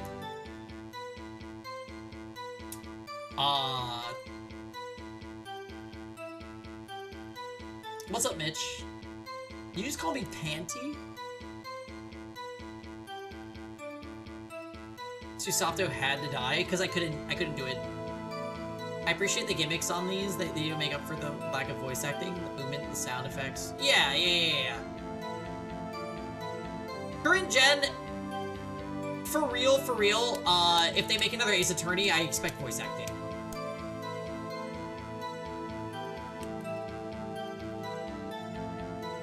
Current gen game, it's not enough.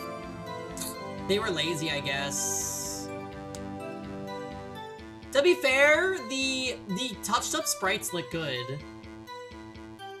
That's Grant's job. Grant's gonna help me starting with the next game. Grant's gonna help me with Ghost Trick.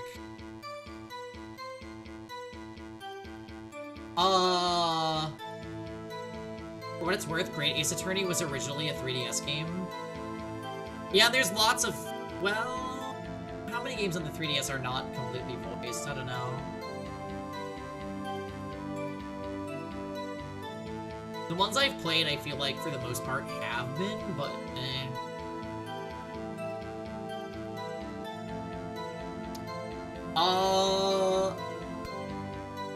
She came to do murder. It's the only possible conclusion one can make. Everything was planned. It was a premeditated crime. Impressive. I'm sorry they took you off the force, Miss Star. I think Capcom considers this an ultra-low-budget series and doesn't give them the money. Yeah, but Awakening and Fates had cutscenes with voice acting and character, like, audio clips. The most Ace Attorney gets is objection and hold it. And that's basically it.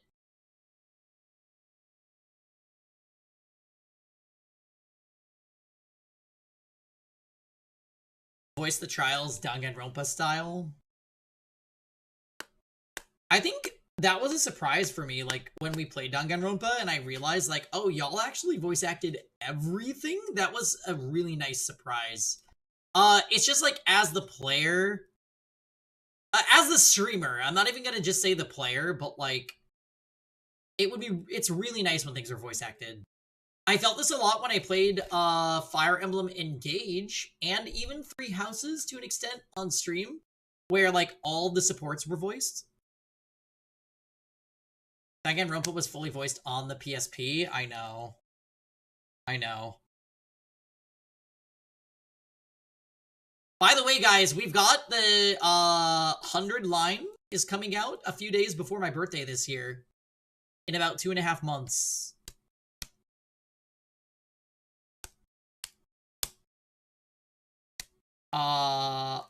That's like the spiritual successor of Danganronpa, this time for real, because they're pretending Raincoat didn't happen.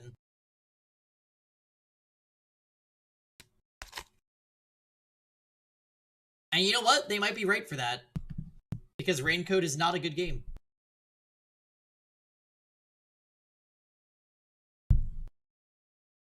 You have to go hunting for your Switch? They put Raincoat on the Amaterasu Express. I know, the sad thing about Raincoat is that it peaked in the first chapter.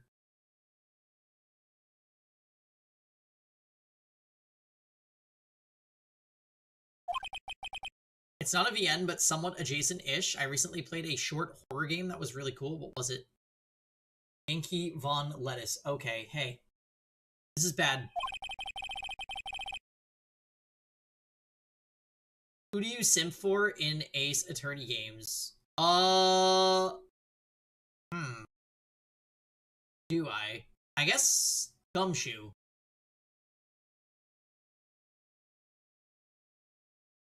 No, you're that guy that aggressively wanted to take over my Genshin account. Mouthwashing. Oh, I haven't heard of that one.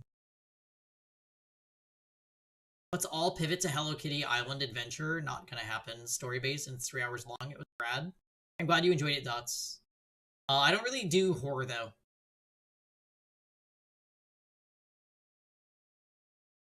You most certainly tried to backseat game, yes. I do accept your apology.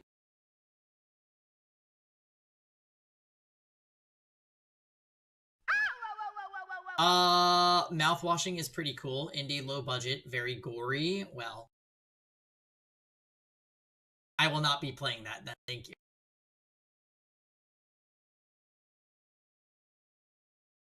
She's got them thinking this was all planned. If she can prove this claim, the trial's already over. I've got to think of a way to show that this wasn't premeditated. Yay!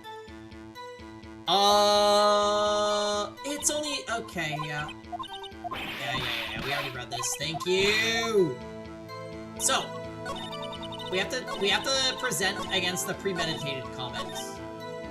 No! I skipped past it because I'm bad at reading. Remember me for being bad at Amane? You play BlazBlue? I'm excited to see you stream 100 line, but I can't set expectations too high because of Raincoat. Yeah, Bubble Wand, I'm not gonna lie, I am 100% in the same boat as you. I'm like... Your BF mains Amane as well. Oh yeah, my BF at the time. Rest in peace. I'm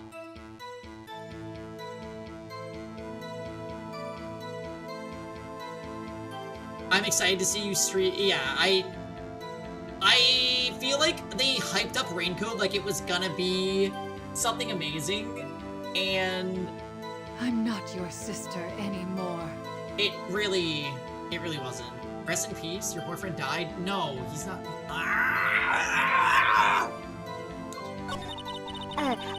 Pardonnez-moi. Okay. Yeah, so I can't think about 100 Line without thinking about Digimon Survive, and that game was horse doggy doo-doo. Okay. I have actually clicked through the line so many times. There's no doubt. It's shit. Yeah, I mean, Digimon Survive was one of the worst games. Digimon Survive had the writing in the wall hard. I know. You literally on the first episode fail. I thought this was one of those this boyfriend, that boyfriend, the other boyfriend type beats. No. Kevin did not die. Just broke up last year and yes.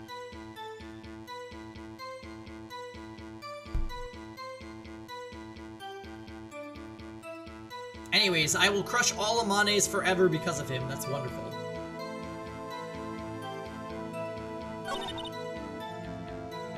The murder was planned. The rubber gloves prove it. Okay. So, this is what we are up against.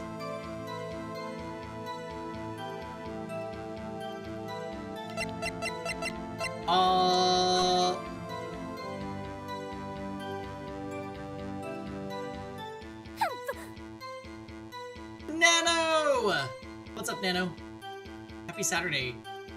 Nano, we're doing like, this is a chaotic stream tonight. We did Trails of Cold Steel, we've got Ace Attorney, and we are trophy hunting Nocturne later tonight. What the fuck? What the actual variety fuck is going on here?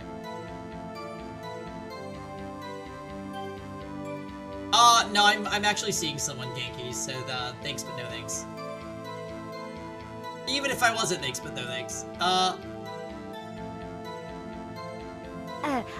Is this case gonna end tonight? No.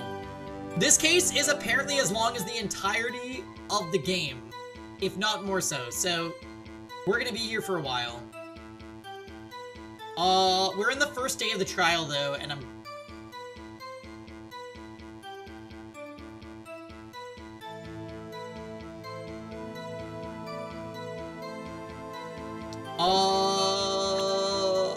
the murder was planned.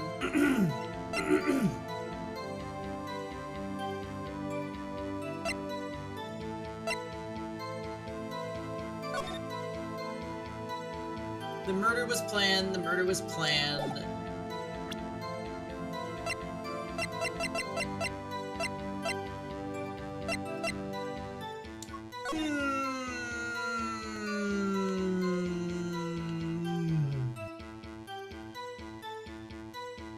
Emma deserves a spotlight.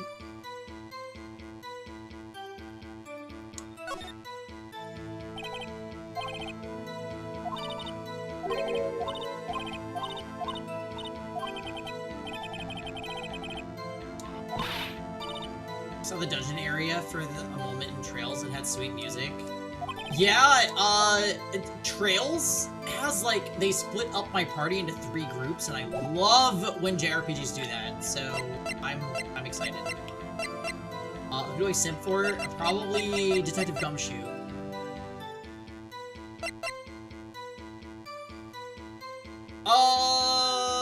Okay. Murder was planned, rubber gloves prove it.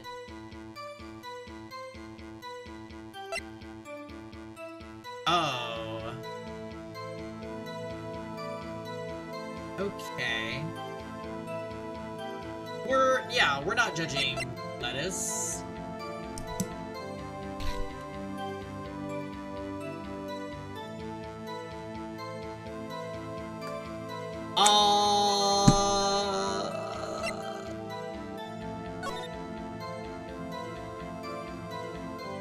know what's on the inside of this fan. Amane Nishiki. This is an old-ass Blaze Blue fan.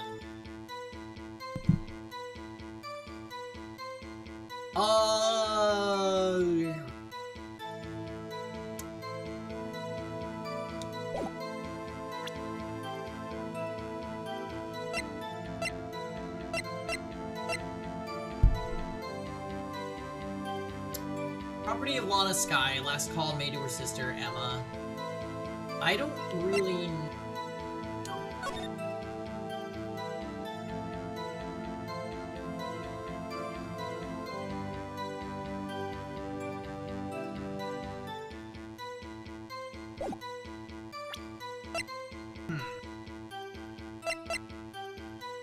Record of parking in the prosecutor's office lot. Entered lot at 5.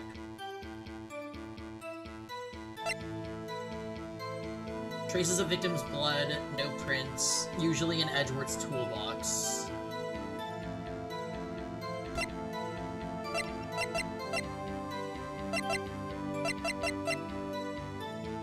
I actually don't know that any of my evidence proves that this wasn't planned.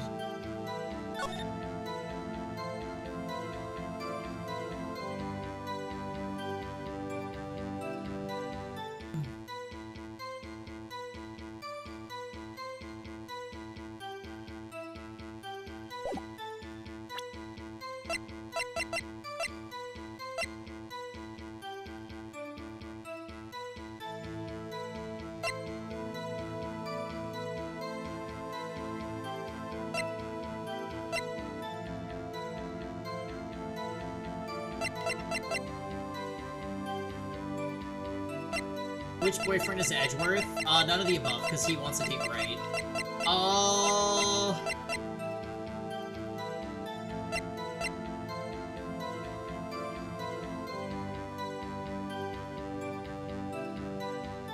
The phone? Nope, wrong.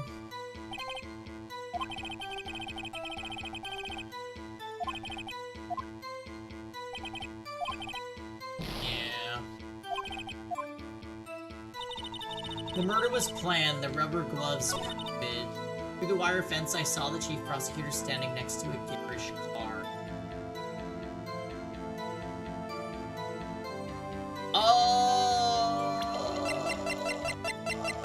I mean...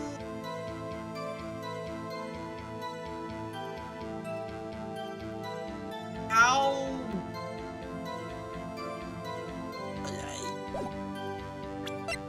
How is she able to take this?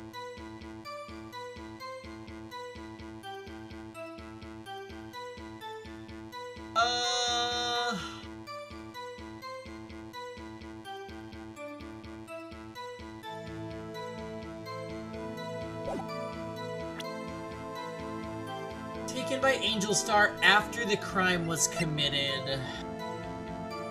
Through the wire fence, I saw the chief prosecutor standing next to a garish car.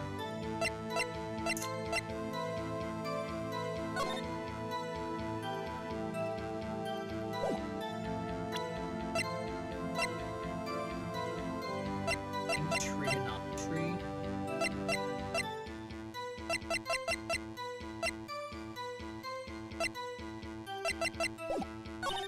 Sense something? Perhaps it was my finely honed detective's intuition at work. Did I press this?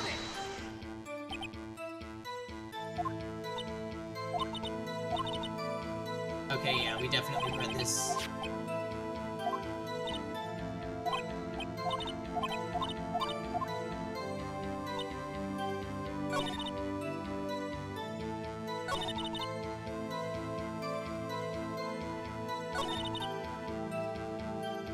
I mean, can I disagree with this? I saw him standing next to the car. No. No.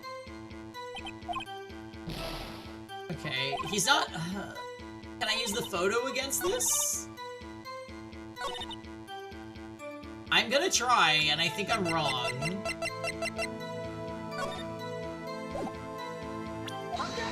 Nope.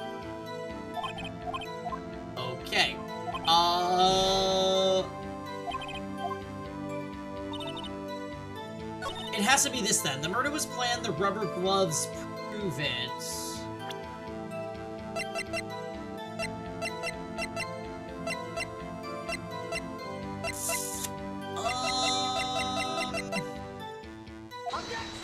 I'm definitely gonna get a game over.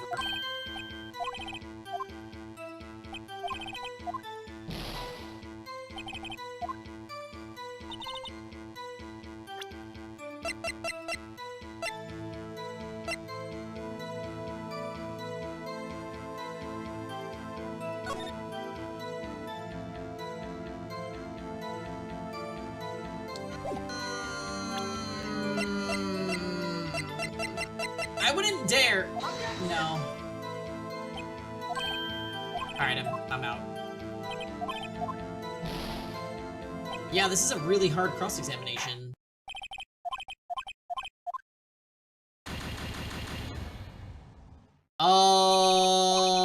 So...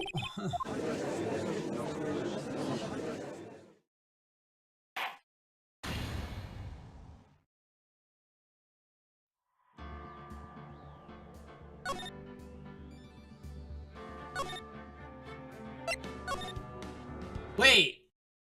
Oh! It doesn't autosave! Holy High Ranger.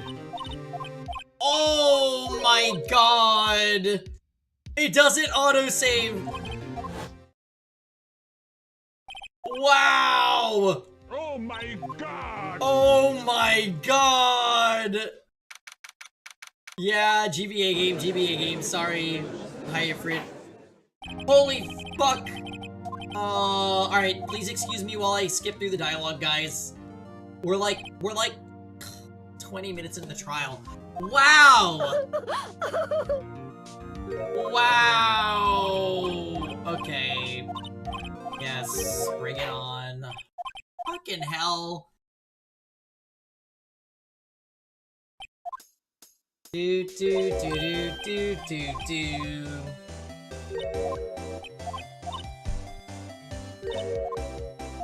Alright, yep, we're clicking through.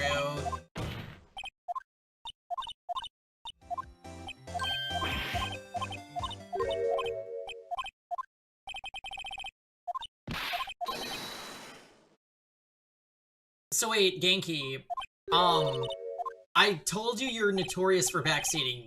You wouldn't, even you wouldn't at me and then backseat, right? You wouldn't do that.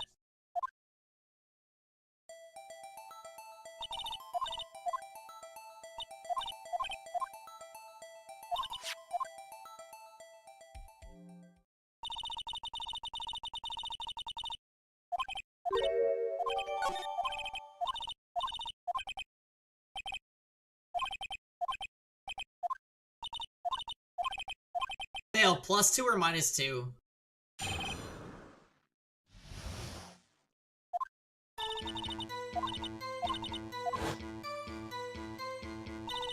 +2? You are so toxic. Alright. Yes, we're skipping through. Sorry. Okay, Pride Rave +2? Okay, but we're not giving that. No.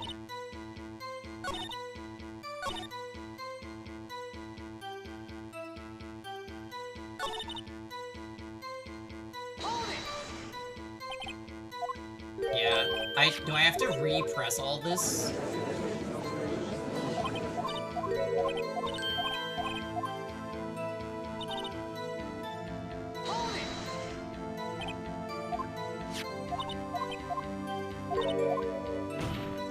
Yep.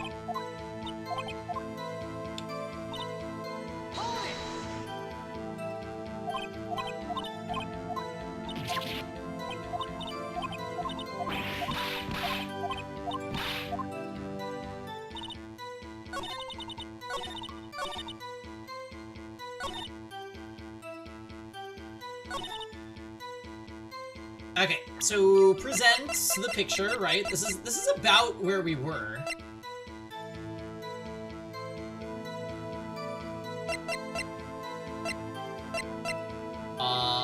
Wait, did I forget something? Through the wire fence, I saw the... Did I really need to press all of this?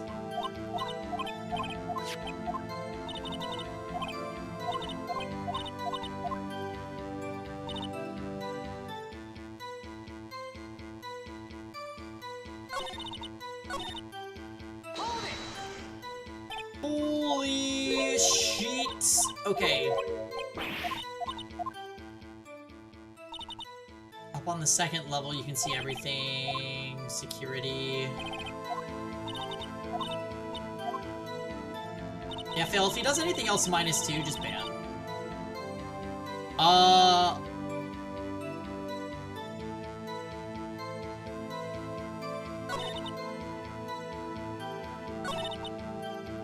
I think we pressed everything the first time. 3 OCs, 1 chooser.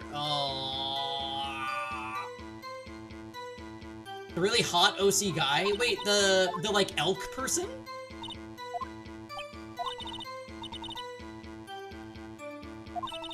Oh, I'm cool with that. I'm cool with that. If it was anyone but him though, I'd be like talking shit.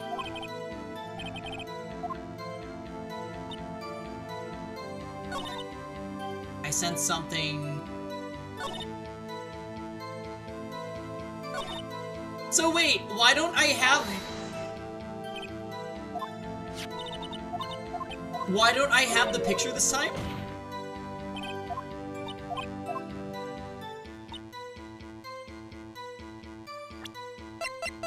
Am I forgetting something that I did?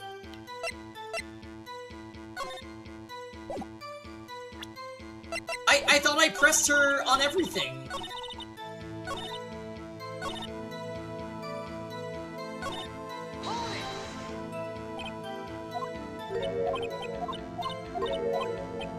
Okay. Yes, right. We read this.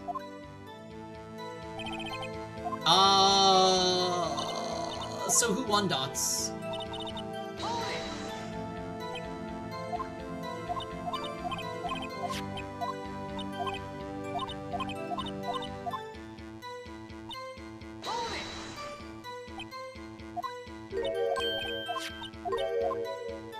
I don't even know the guy's name. I just know he's the hot elk guy.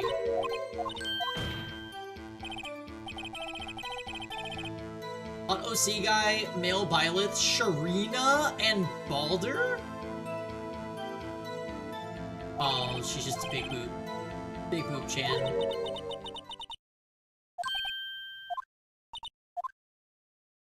No Lin. Oh, here we go. Here we go! Alright, we didn't press this one this time. Got it.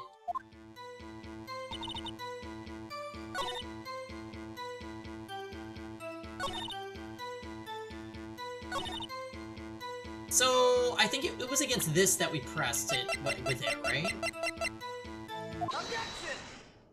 Sharina winning is good, the story just conveniently does her dirty, or constantly does her dirty.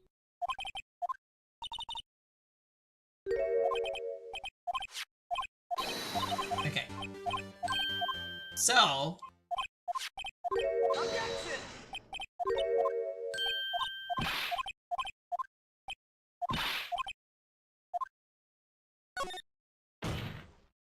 Continuing on.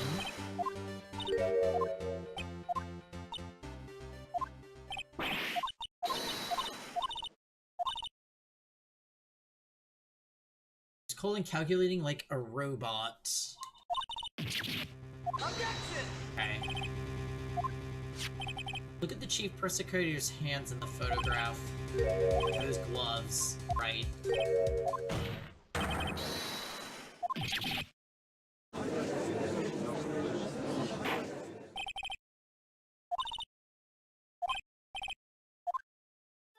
Okay, so now we are gonna save because we are officially where we were when we died.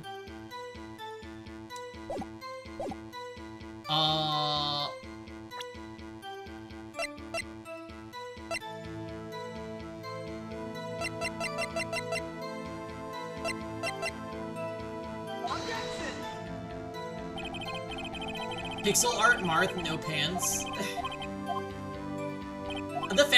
I'm surprised we don't have a Marth with no pants.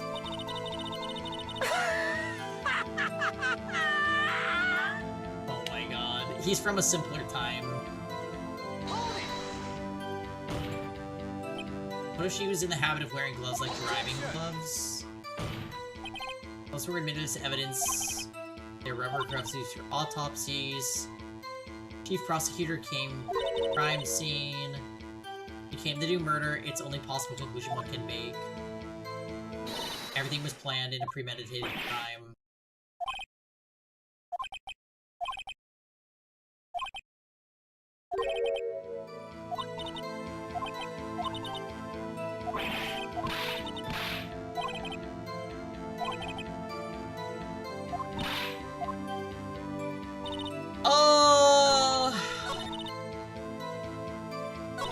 Through the wire fence, I saw the chief prosecutor standing next to the garish car. Like...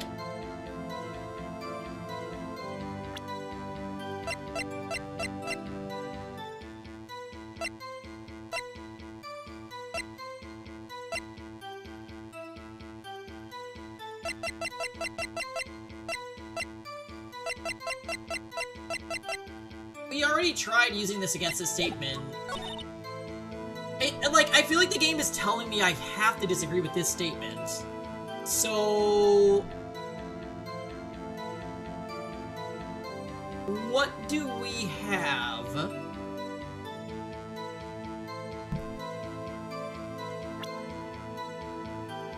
It's not the badge. Goodman's ID.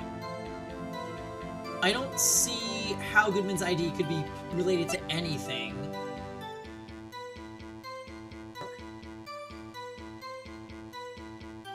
The oh, the gravel in the swimsuit?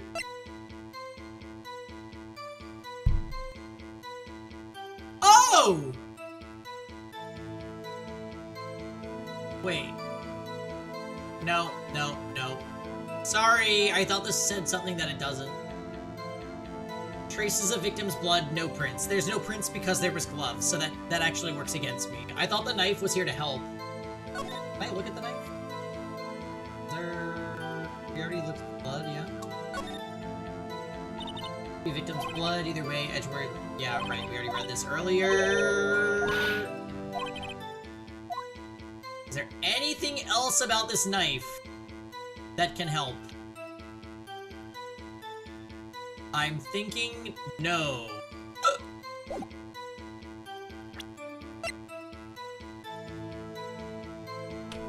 Miles Edgeworth parking stub. Doesn't help. What about the autopsy? No. Wow, this is a really insane cross-examination. The phone didn't work. The crime photo didn't work. It could be the ticket? I think I tried the ticket once. I'll try again. I'm gonna have to reload after we fail, though.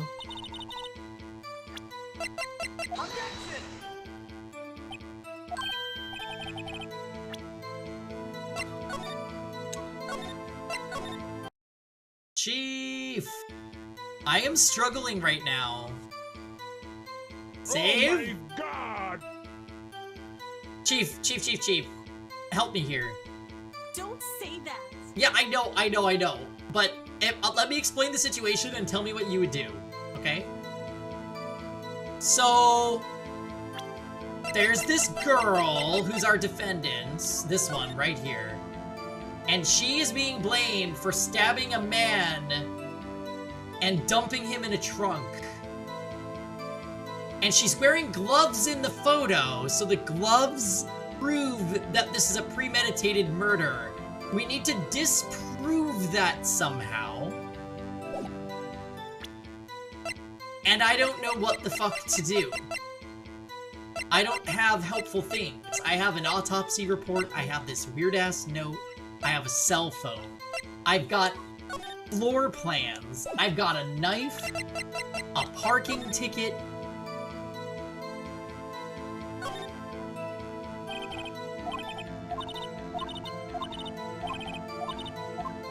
gloves do not mean it's premeditated if she has literally any other pick of wearing gloves while out. But we don't have that in our court record, so I can't like generate that, unfortunately.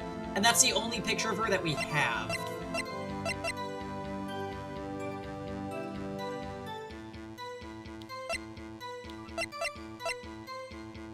I actually don't know. Because, like, we've tried everything.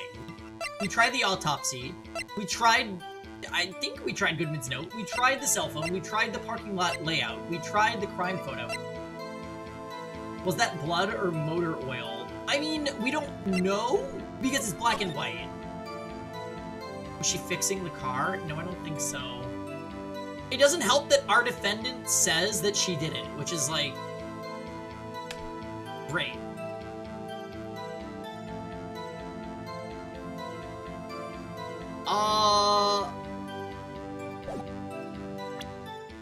Maybe this isn't the statement I'm supposed to go against. Although, if that is the case, I'll be a little annoyed at the game because it seems to be adamantly telling me that I need to disprove that gloves don't mean premeditation.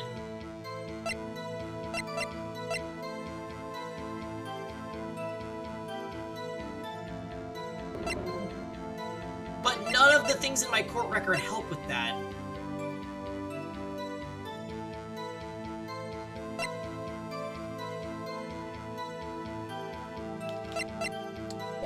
I'm gonna try repressing her and see if she has any different dialogue.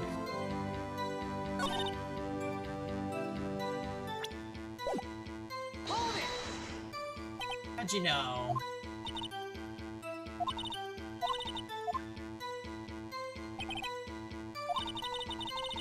The knife does not have prints.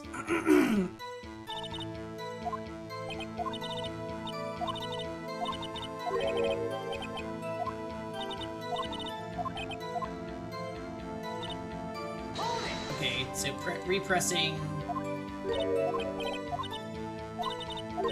She was visiting one of her boyfriends.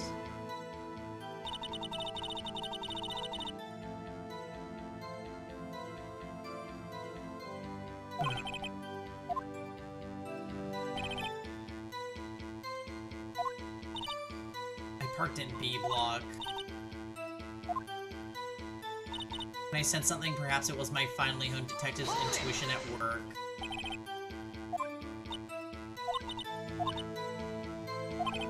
Right, we've read this a few times. Okay. Through the wire fence, I saw the chief prosecutor standing next to a garish car. Mr. Edgeworth's car. The knife with which the victim was stabbed was also Mr. Edgeworth's, wasn't it? It was. I mean, if it's Edgeworth's knife, does that mean that it's not premeditated? Because why would she kill with a knife she found in the car?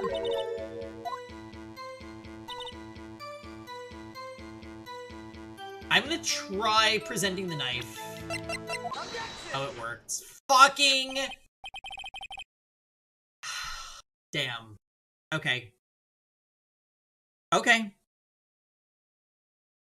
The knife was in Edgeworth's car, and she used the knife to kill, therefore it was not premeditated, because if it was premeditated, she would have brought her own knife. Is that the line of reasoning? I guess that actually makes sense, I'm not gonna lie.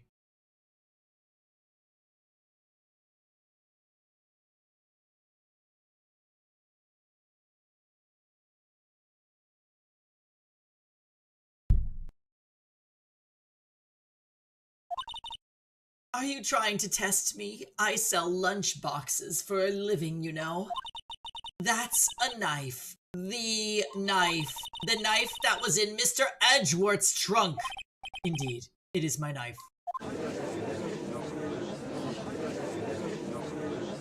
How does she sell lunch boxes? Wait. The bloody murder weapon in a red car. The defendant is the chief prosecutor for the district, right? Mommy, are prosecutors bad people? The defense has a request. We ask that the witness provide an accurate testimony. What's that, rookie? In your testimony, you stated that Lana Skye planned the murder, and that's why she was wearing those special gloves. Seems like a natural conclusion to me. The gloves do indicate planning. However, why would she not also prepare the most important thing, the murder weapon? Okay. Alright, we're back. Oh. This knife just happened to be in the trunk of that car. Ladies and gentlemen, if you're going to plan a murder, you don't forget the weapon. Oh! Ah! Order! Order! Order! Great. Now the tide is turning in our favor. Great show, Mr. Wright. My sister's as good as free. Right. I believe the next lunch you'll be eating is humble pie. What? I hope you weren't deluding yourself into thinking that the tide has turned. Not over such a trifling detail. But this shoots a hole in the whole premeditated theory. Bah! The prosecution could care less if it was premeditated or not. The only one who seems to care about that is that lunch lady over there. The defendant, Lana Skye, murdered a detective with a knife. That is the only thing the prosecution need prove, nothing else. Very good, Mr. Prosecutor. I suppose you think you are clever now. But you know as well as I do that she planned on killing him. It was planned. If it wasn't, why would she have been wearing... I believe I'd like to hear your testimony again. Witness, please tell us only what you saw, not what you thought. How dare you? My powers of deduction are not to be underestimated. Really now.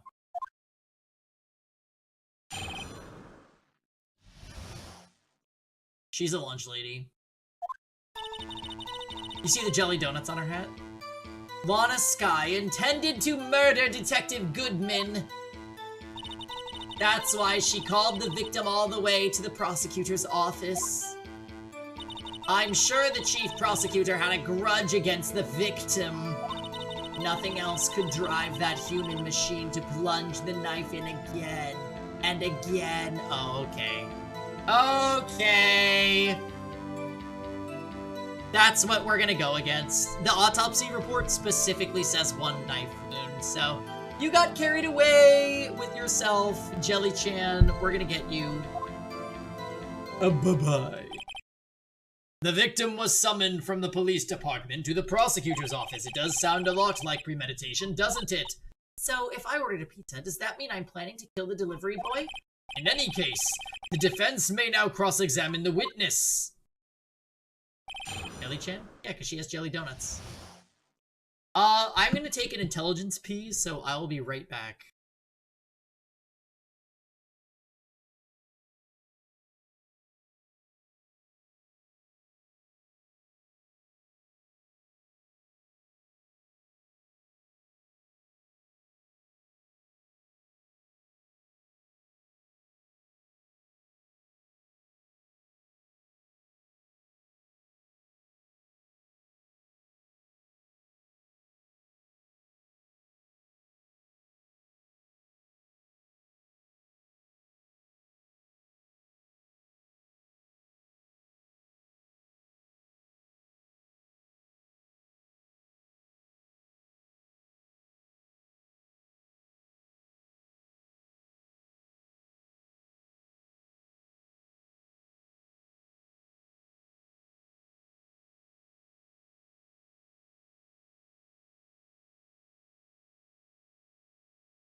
Get me out of here, get me out of here, get me out of here, get me out of here, get me out of here, get me out of here, get me out of here!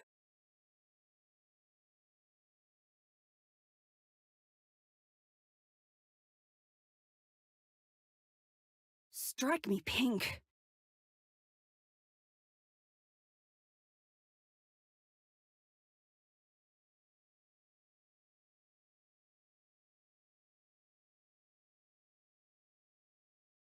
Oh, hello. Alright, let's do this. Angel's Deduction. We already know what we're doing with this, right? It's like, it's kind of Jover.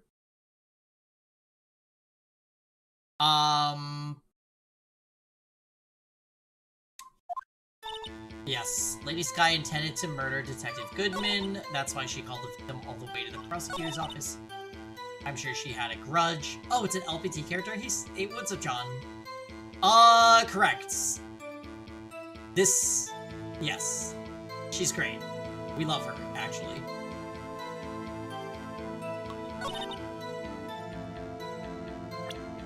Ma'am, you are so wrong. You say she stabbed him again and again, but you couldn't have witnessed that. Are you testing me? Then I'll test you. With my moss surprise!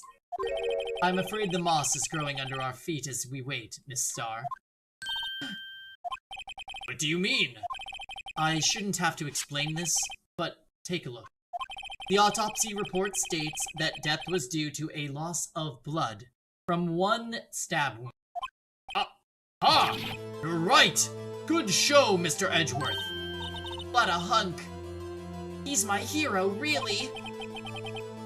What about my objection? No one noticed? Well, witness. Got the crime scene set, right? Oh. Thanks. I always believed that no one could ever mistake ketchup for blood. But now I realize that such mistakes are possible. So, you're saying you mistook something for blood? When she lifted her knife, I thought I saw blood at her breasts. Splattered blood from her victim. That's why I thought she must have stabbed him with at least twice. Then tell us what you saw that you thought was blood. Testify! Her red muffler looked like blood to me. That's how ghastly the whole scene was.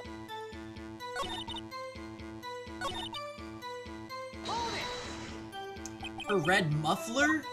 Yes, like a scarf. Chief prosecutor always wears one around her neck. So, she can be easily hanged at a moment's notice, I suppose. He's right. This guy was wearing a red scarf, wasn't she? Wait, isn't it odd that you mistook that for splattered blood? Well, people often mistake my beard for a bib! A judge with a bib. That's why this place feels so much like kindergarten sometimes. Actually,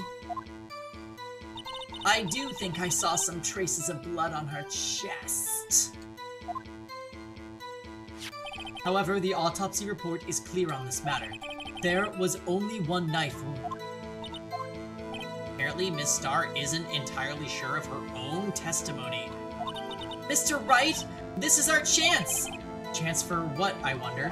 Miss Starr has turned out to be as short-tempered as she looked when we met her. Challenging her abilities as a detective really set her off.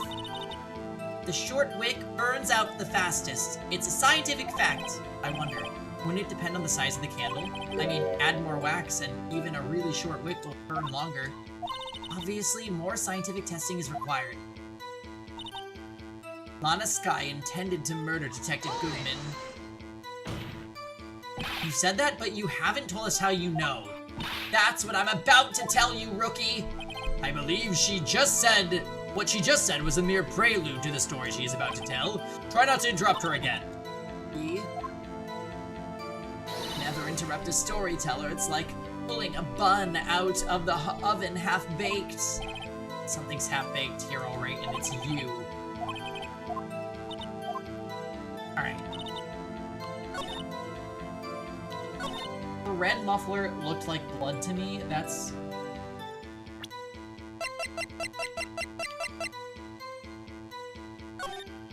She isn't wearing it! Alright.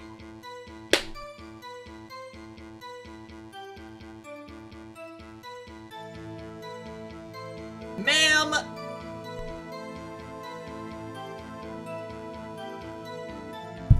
Alright. Alright. Alright. You gave gave us this photo! Objection! The witness is clearly not suited for detective work. What? The suspect was not wearing a scarf or muffler of any kind when she stabbed the victim. And you've proved it yourself with this photograph. But that can't be! Only a professional lunch lady could be so utterly clueless. Congratulations, perhaps you finally found your true calling in life.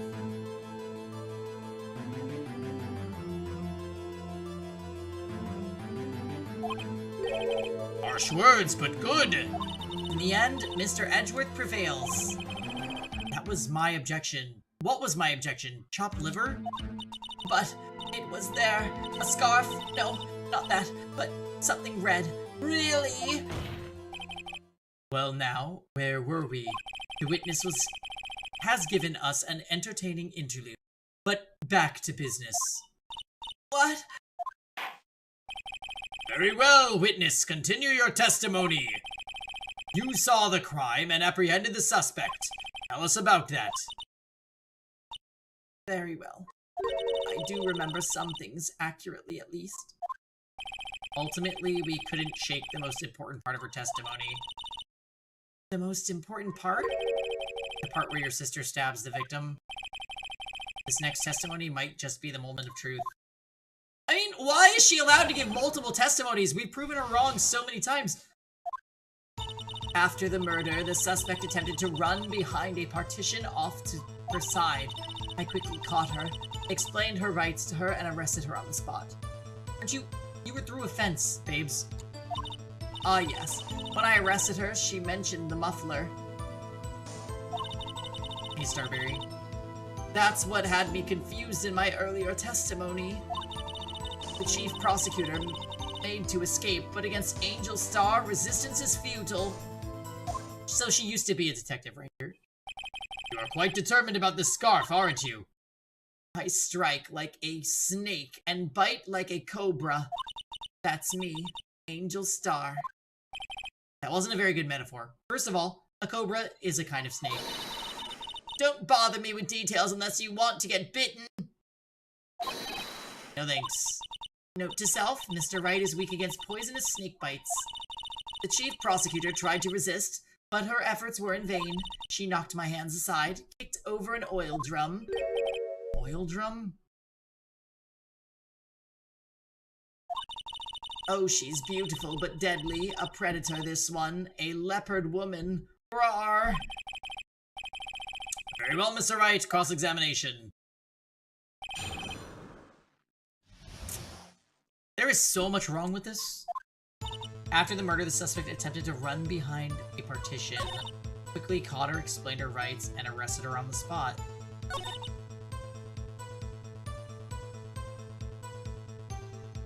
Okay, let's actually just press her. So, where is this partition on the floor plan?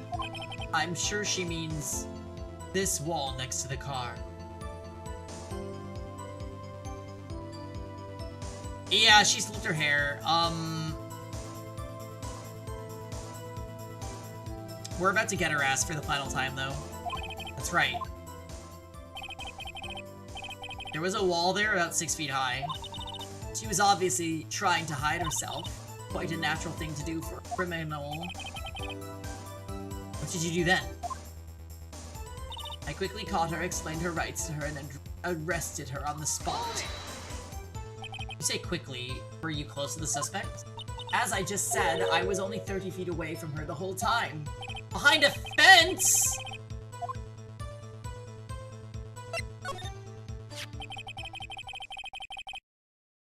Yeah, that's a terrible parking spot.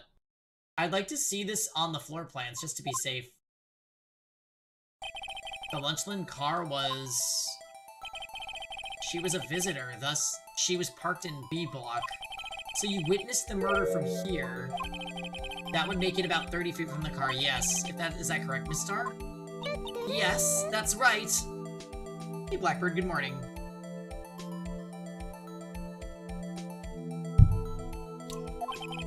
What But there was a chain link fence in front of you. I went over it, of course. Amazing, the Cough Up Queen lunch lady athlete indeed. Pause, what's up, pause? It would have taken her a little time to climb over the fence, so she could have gotten to my sister that fast. Yeah, that fence was about 9 feet high too, so how did Miss Sky get away? Not get away. She mentioned the muffler when I arrested her? She mentioned the muffler? What exactly did she say? If I remember exactly, I would have told you in testimony. Cheeky. Anyway, all I heard her say was the word muffler. Like a car! Just one word. So, what you heard wasn't the suspect talking to you, but someone else. Yes, Chief Prosecutor was talking on her phone. Her phone? She can't mean... By phone, do you mean the cell phone discovered at this crime scene? Yes, ultimately. Ultimately? My memory. It's like a salmon heading upstream, you see. No, the court doesn't see, Miss Star. The Chief Prosecutor first attempted to use the phone hanging on the wall. Why would she do that? Near the car, there was an emergency phone on the wall. Apparently it was out of order. So she used her cell phone? Indeed, the emergency phone was out of order that day. Keep in mind, there is someone watching all this unfold from the security box. Good witnessing, witness. Good witnessing? I never heard of good testifying. You should, of course, add this to your testimony. The things I do to please this rookie defense attorney. The word muffler was overheard during a call made to Emma at 5:18.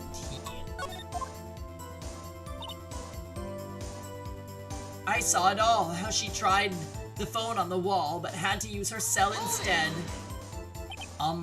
Do you think you could restate your testimony for the court? Aha! I was going to ask the same thing. I'll only say this one time, so listen close, rookie.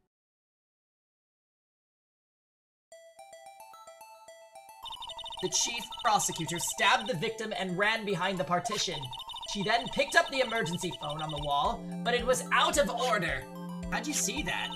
So she pulled out her cell phone out of her pocket.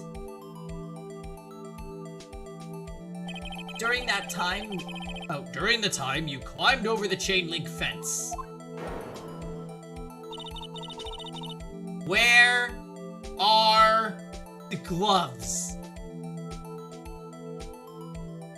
Then I boldly grabbed her arm. The Chief Prosecutor hung up her phone.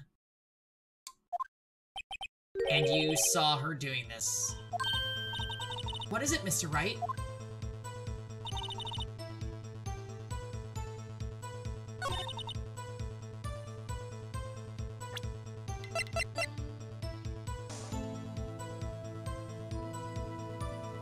Okay.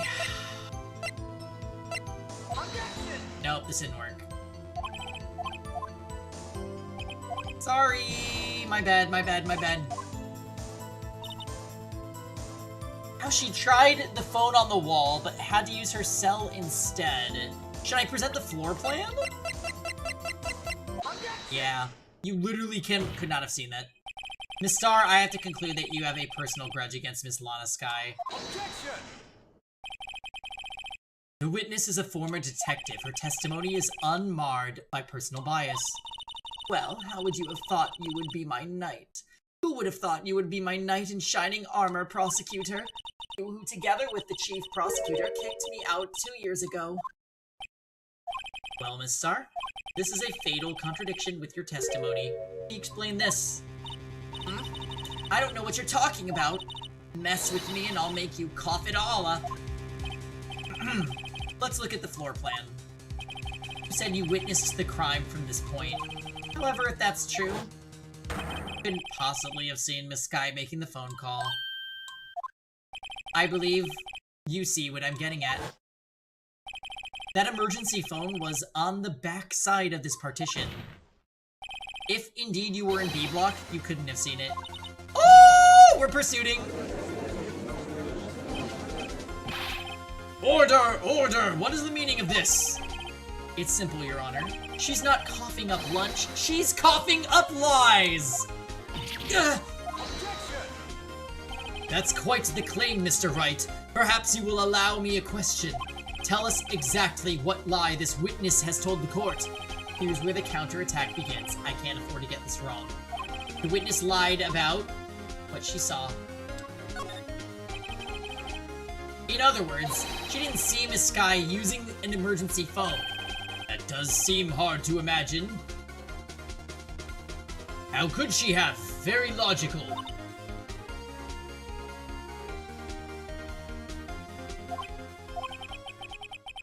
What's the matter, Star? Cat got your lunchbox?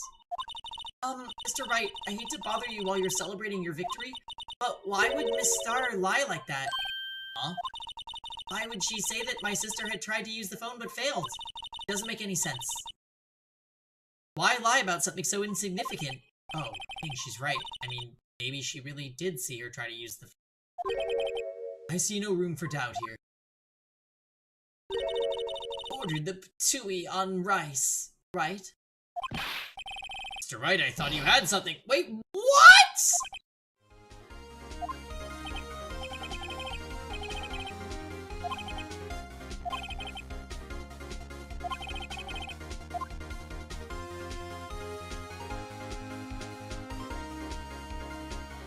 That was literally watermelon on rice. It has to be where, because if she saw it, then she was standing somewhere else. Also, I will say this, if you took this photo, you were not standing from that angle. That angle is literally impossible.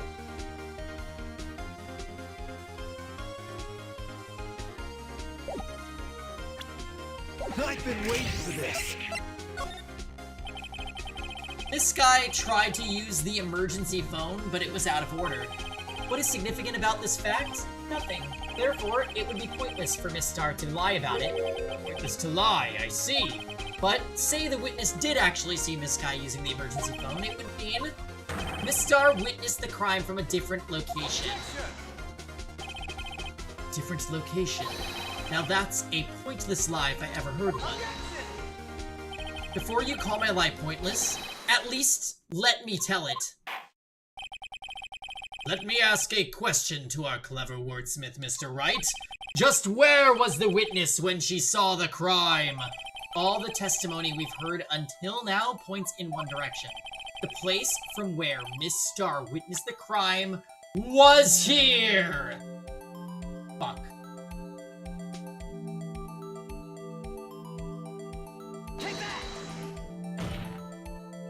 Think? I mean, it's highly likely that she was here. You think? Fuck!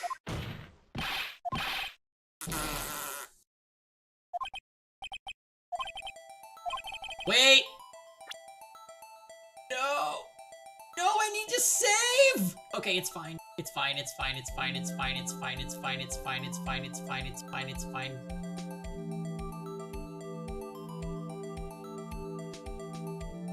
Well, the problem is, the photo has the fence in it. Oh! Wait, she's here. No, maybe not. Because this fence is a dotted line, showing that it's graded. This one is a straight line, meaning it's maybe a wall? I don't know. You think she has to be an A block? I think I agree with you. I'm gonna try it. What if it was a mirrored fence? Okay, you are unhinged. Doesn't work. Fuck! This is over. Bye. Yeah, I'm dead.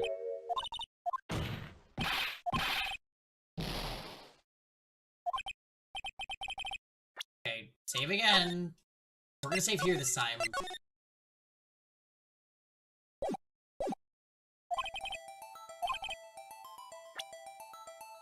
What if she was in the security room? hasn't come up at all, though.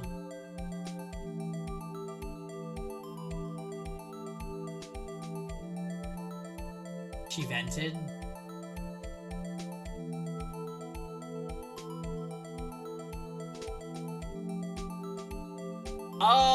The photo? But, like, the photo's angle would put her about here, in my opinion, which is my first guess, and it didn't work. And then we tried here, which is also somewhat logical.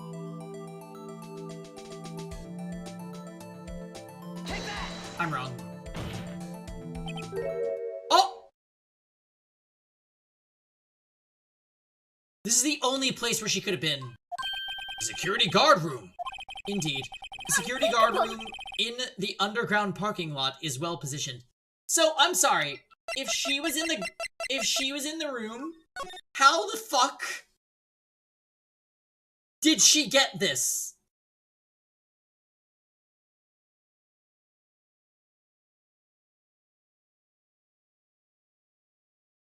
But how did she get this?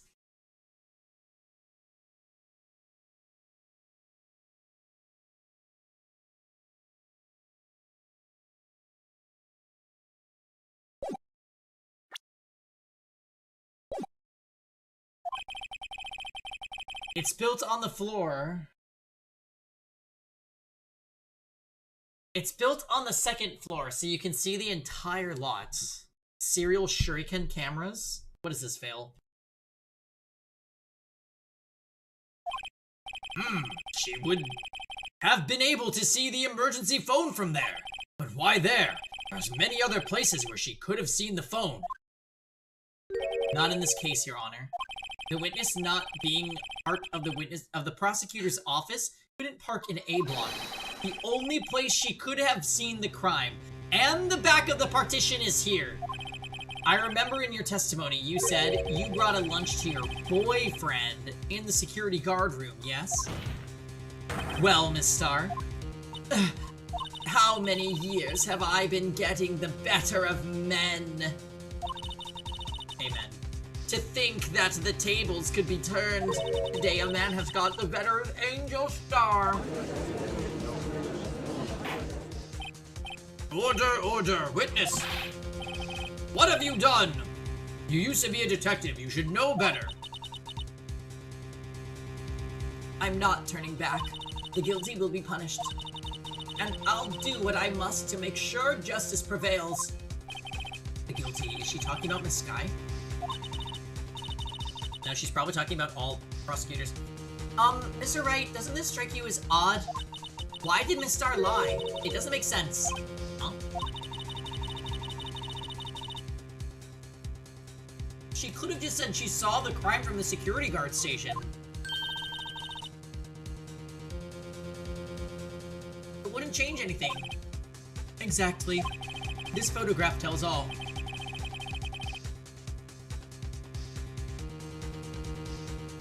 This photograph tells all. It was the defendant who stabbed the victim.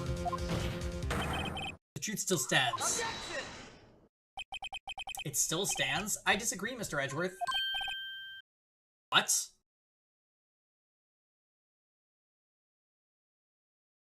The witness testimony is true and airtight except for all the times she lied or made things up. This game. If a witness is found to be lying, they're guilty of perjury. She knows this. She wouldn't risk that without a good reason. So tell us what her reason was, Mr. Wright. Oh, me. Who else? Mr. Wright, let's review what we know. Miss Starr witnessed the crime from the security guard station. She lied and said she saw it from B block.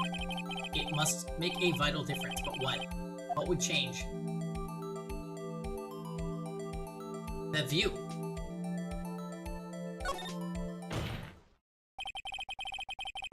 Why? The angle at which she saw the crime occur could change. The angle? What do you mean? For kangarooing my courts? I mean, yeah. The security guard station is on the second floor, and she would have sort of I'll turn this lie more into 3D the view of the truth. crime.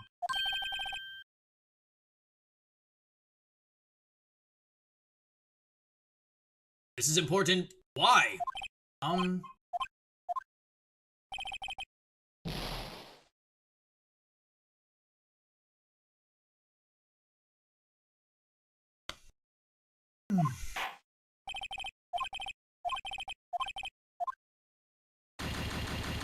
So, no, it's not that I picked too fast. I legitimately thought that that was what we needed to say. I didn't not think about it.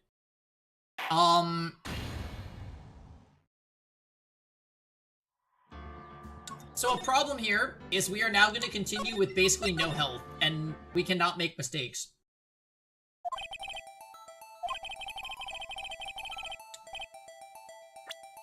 So we have to quickly skip through the dialogue after proving that she was in the security room.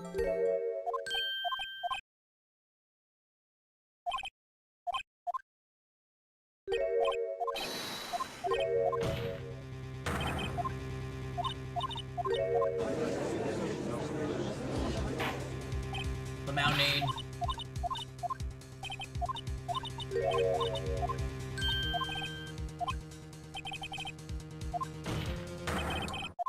So the reason I picked that angle thing is because there's no way she could have a photo like this if she was in the guard room. That means somebody else took the photo.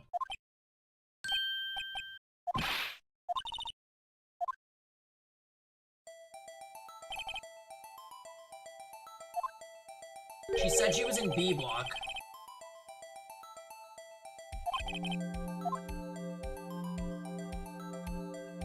Distance?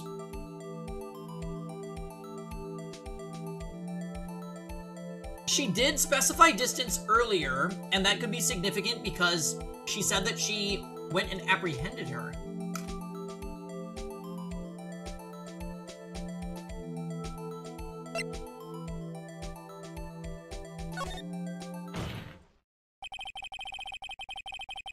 I've been waiting for this. It changes the distance between her and the scene of the crime. Objection! My condolences, Mr. Wright, but one look at the floor plans and it's quite clear. The distance between the scene of the crime and the guard station is 30 feet. I don't see how that would change what she could see. What she saw is not the question here. What matters is the time it would take her to reach the scene of the crime. Miss Starr, you witnessed the crime scene from the security guard station. What's up, Denkai? Now, how long did it take you to go from there to the scene of the crime where you arrested Miss Sky? Well, witness, you... yes? Almost at the scene of the crime means it wasn't the scene of the crime. You know what? I get that meme because of the Christmas thing.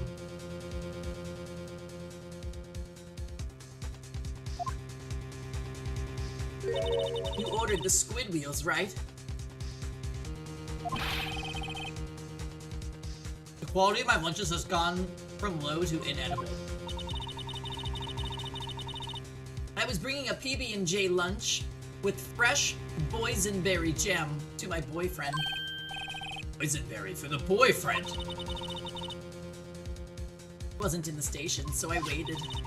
I witnessed the crime from the glass-walled station.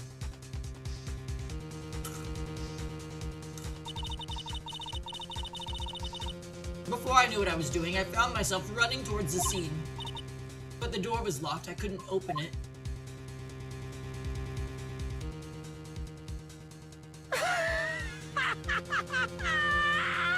What? That's why I had to go through the visitors parking in B block. That's quite a detour.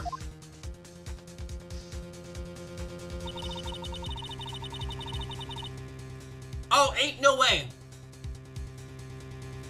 Ain't no way. We have a call at 5:18.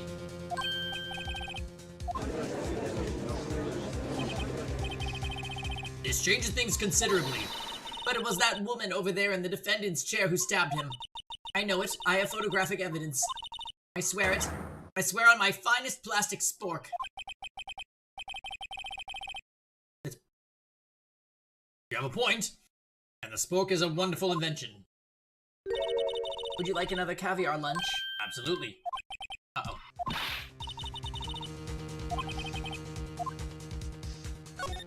Objection! 5 minutes between witnessing of the murder and the arrest. Think about it.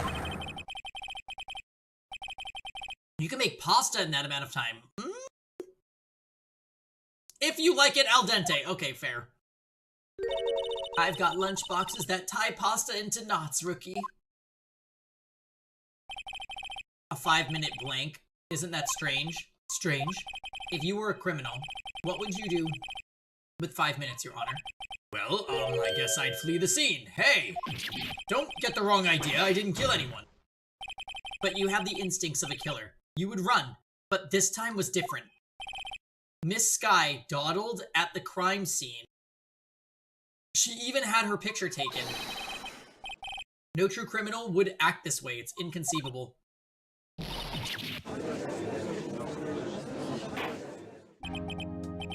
It seems we've come to the end of this testimony. Witness has a grudge against the defendant and a blank in her testimony. Mr. Edgeworth, is the next witness ready to go? Unfortunately, I appear to have overestimated this witness on account of her professional history. We did it! We screwed that can shut, Mr. Wright. That was too close. I'm afraid that the cough-up queen has been dethroned. And with that, court is adjourned. Oh.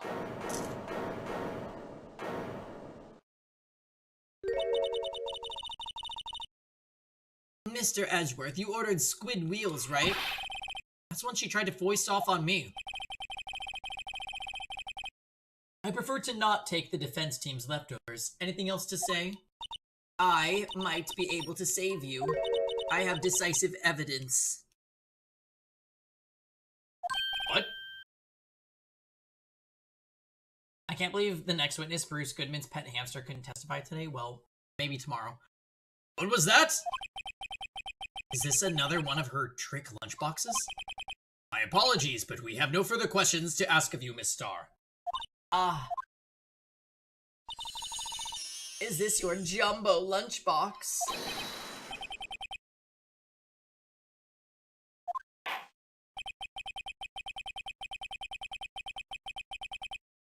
Really?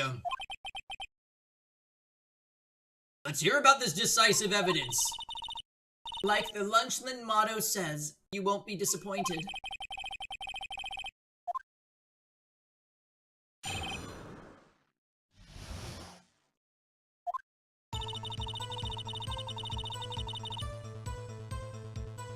I should have mentioned those 5 minutes when I wasn't looking at the crime scene. And now to the matter of the victim's shoe. Did I not bring this up? That's not her shoe. That is literally not her shoe!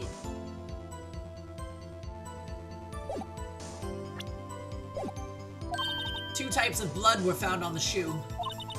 One was, of course, the victim's, and the other blood type matched that of the defendant, Miss Lana Sky. This shoe proves it. It's flawless, decisive evidence. What? There was blood found on that shoe? Try Lunchland for all your lunch and decisive evidence needs. Witness, what's the meaning of this? Why is this the first time I've heard of this evidence? Simple. As I've already said, I don't trust you with evidence, Mr. Edgeworth. That's why I took the liberty of investigating this myself. Perjury isn't a crime, it's a state of mind. This bitch is crazy.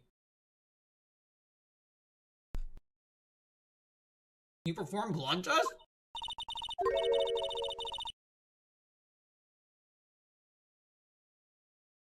This bitch. I have 3 boyfriends in forensics. In any case, Your Honor, I can't accept this as evidence. What? You must know the 2 rules of evidence law. Rule 1, evidence shall be shown without the approval of the police department. In other words, the shoe is illegal evidence, at least for the time being. Is that right, Mr. Wright? It seems so. Oh, it seems so. Edgeworth sure is celebrating. Not so fast, Mr. Edgeworth. Don't forget, I used to be a detective. As I mentioned previously, this shoe has already been tested by members of the forensics department.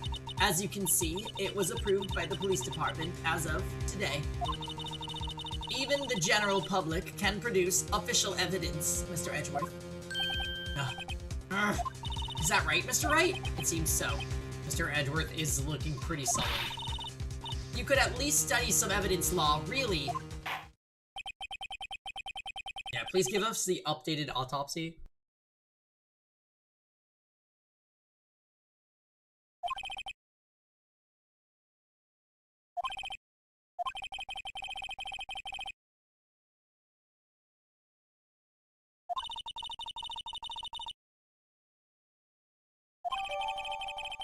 Okay, so this is the victim's shoe. Not the attacker's shoe. White enamel shoe bears traces of blood from Goodman and Monosky.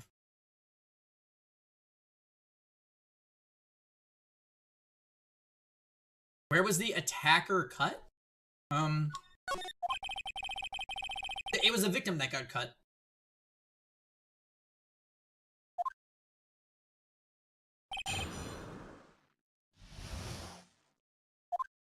Okay, so...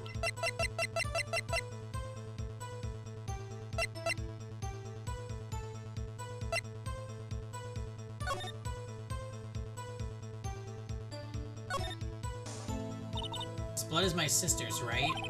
Or so. Lana's right hand was bandaged when I saw her in jail. She must have cut herself at the time of the crime.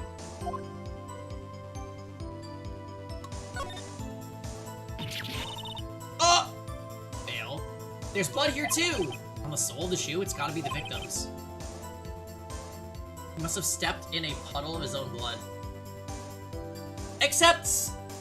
wasn't he laying, like, his feet were in the car?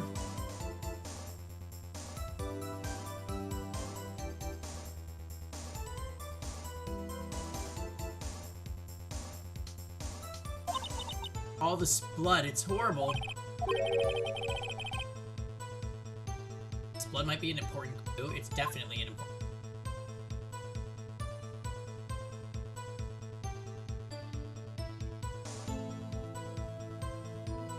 Okay.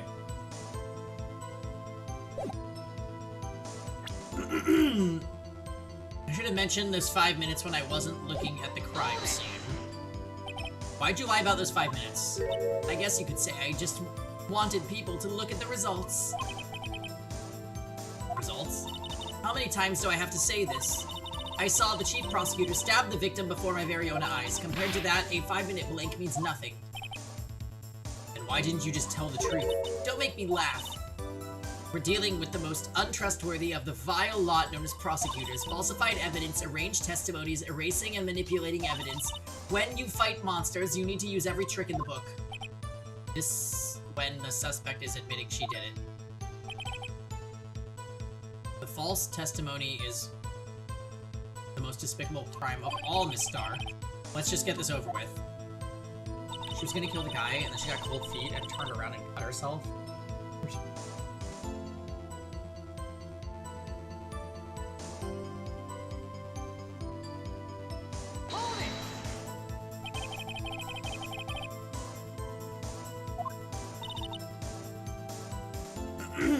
I detained the chief prosecutor and notified the department. I wanted to make myself useful while I was waiting for the police to arrive.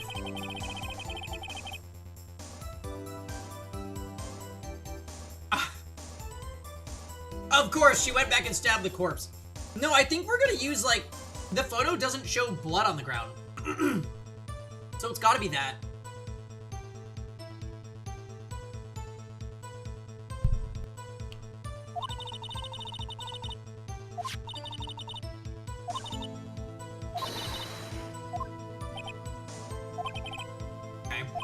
So she took away evidence from the scene of the crime. Types of blood were found on the shoe. One, of course, was the victim's. The other blood type matched that of the defendant. The shoe proves it. It's flawless, decisive evidence.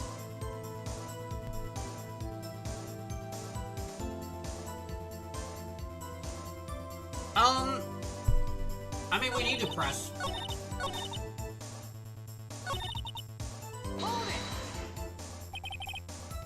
You brought it to the forensics department. If you're going to submit something as evidence to court, you need it to be approved. To do that, evidence must be analyzed by a forensics expert. She got away with her little coup because she used to be a detective. The shoe does not appear to have bloodstains on it. Well, the man was stabbed after all. And the blood belonged to the victim, Detective Goodman. As I said, there were 2 types of blood found on the shoe.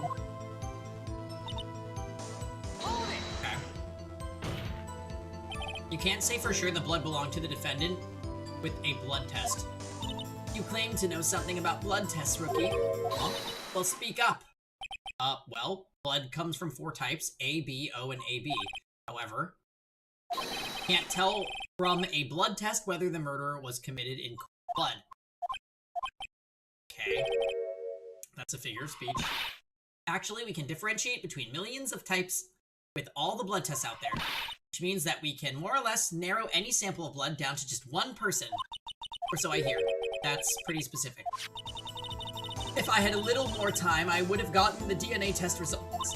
Excuse me, but they said that there's very little doubt that it could be anyone but Lana Skies. So the suspect's blood was found on the victim's shoe. That ties her directly to the death of Detective Goodman. I was afraid she was gonna say that. Yeah, I'm pretty sure this is what we're gonna press.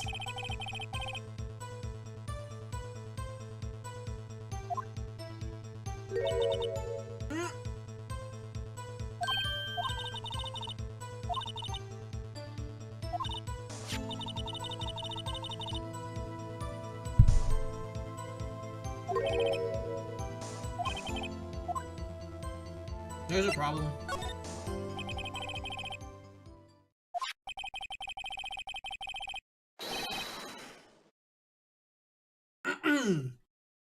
I'd say there is one critical problem with this evidence, a clear contradiction.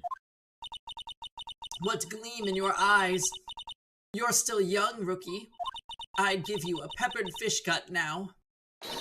But you couldn't take the heat, could you? Let's hear what Mr. Wright has to say. What is contradictory about the victim's shoe? Show us the problem with the evidence. Take that! I wonder if you noticed there's blood on the bottom of the shoe? Don't mess with me, rookie, or it'll be your blood on the bottom of my shoe. Indeed, there is quite a bit of blood on the bottom of the shoe. That makes sense. The victim was stabbed with a knife. What could possibly be contradictory about blood on the bottom of his shoe?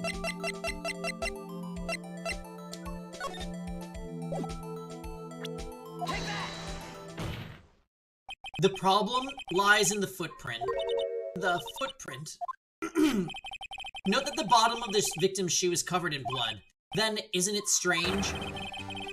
Why weren't any bloody footprints found by the scene of the crime? Aha!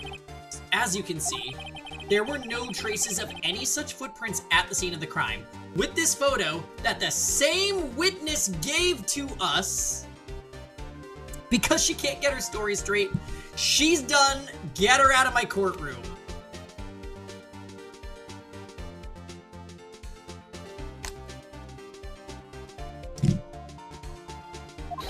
That contradicts your claim about this shoe.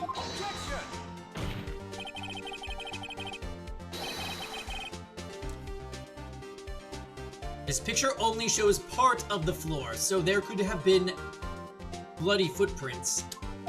Thank you, film. Then where are they, Mr. Edgeworth? Because we checked the scene and found nothing of the sort.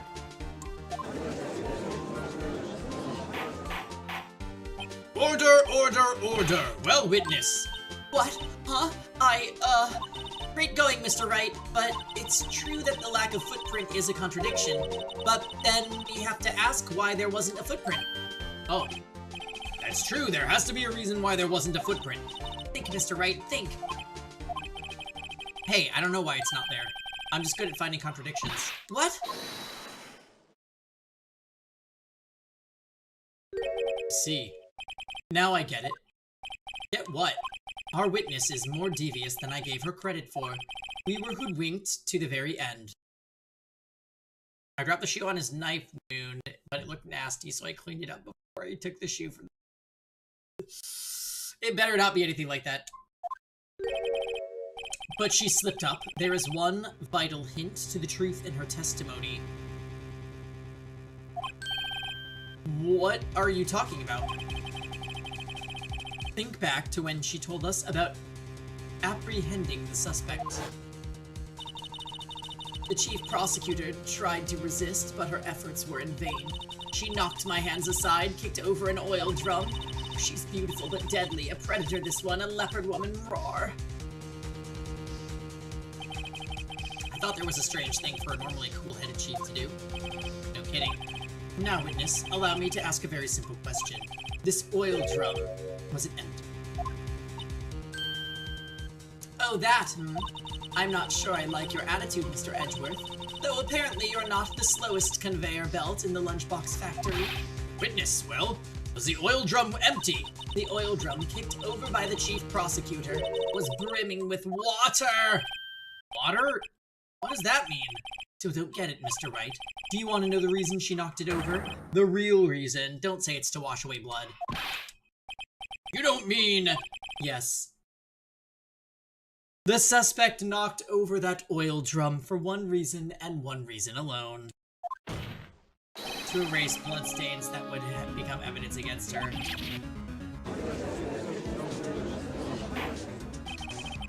That ties things up quite nicely. The bloodstains left on the victim's shoes tie her quite clearly to this murder. Then after the deed was done, she knocked over the oil drum to erase the telltale signs. Why, that's a prosecutor's specialty, erasing evidence. That reminds me, Miss Sky's right knee was hurt. She didn't say she cut herself when she stabbed... Didn't she say she cut herself when she stabbed him? So that's when my sister's blood got on the shoe? Well, I see no reason to prolong this trial. Mr. Wright, do something, please. What can I do? Your sister has confessed to the crime and she tried to conceal it. But... Enough. There is no need for further debate. The verdict, Your Honor. Very well. But Angel Star is on the prosecution's side. She could have been lying about the water. This court finds a defendant, Miss Lana Sky.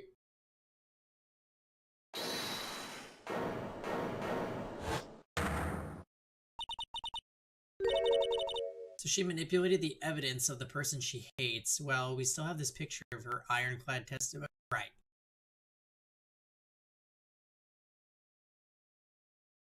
Little girl, what did you just say? Huh? Me? Did you say that I, Angel Star, was on the prosecution's side? Well, yeah, you are. You're saying my sister hid evidence by erasing the bloody footprints. Well, I thought you'd had your fill, but here you are demanding a second helping. Another lunchbox, called evidence. Wait, witness, don't tell me you have something else. The time for deliberations is past. Any further comments and you will be held in contempt of court. Your threats don't scare me, the cough-up queen. Look at this.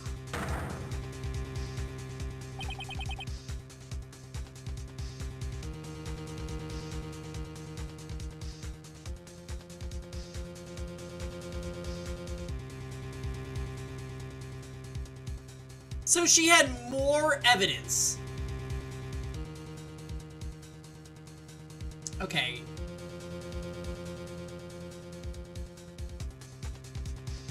Why is there liquid coming out of the muffler? A photograph. I had it just in case anyone had the gall to suggest that the white shoe didn't belong to the victim. I see no room for error in this evidence. Mr. Wright, wait. Look at the asphalt in this photo. Hey, it's clearly wet.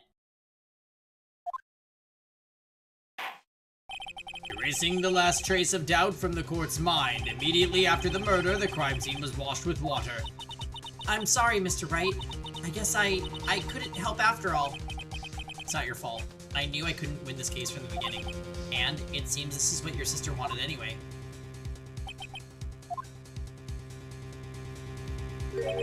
Sorry, Mia. Right? Wet or not, don't be so quick to throw in the towel. Get yourself up off the asphalt, take another good look. Don't give up. Not until the bitter end. This is the last piece of evidence. Very well, this time I'd like to declare a verdict for good. Objection.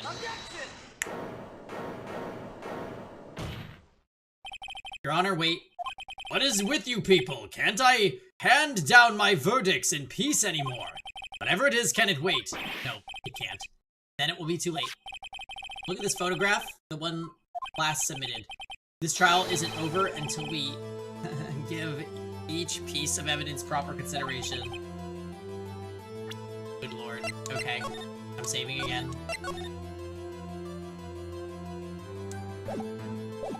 So, Wright, are you saying there's a problem with the latest piece of evidence? Yeah? I'll think later. Yeah, there's a problem. Right or wrong, I've got to go ahead with this. I suppose since we've come this far, we could give every claim a fair shake. Well, Mr. Wright, show the court the problem with the photograph. So this is sus. I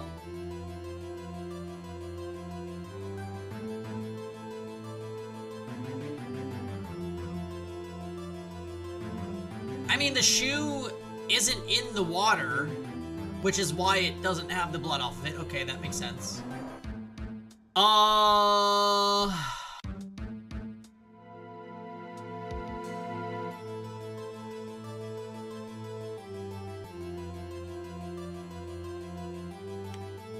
I want to say it's this, but I don't know.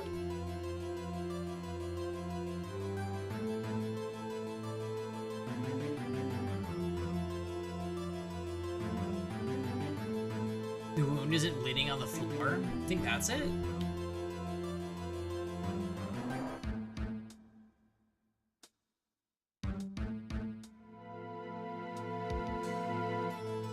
Yeah, he's wearing all white. That's a good point, huh?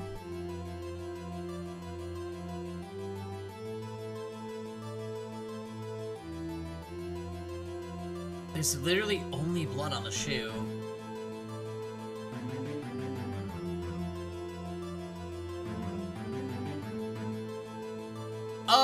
So it's between this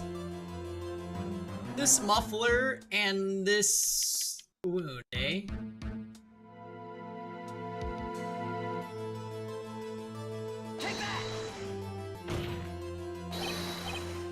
Okay. Okay, wound.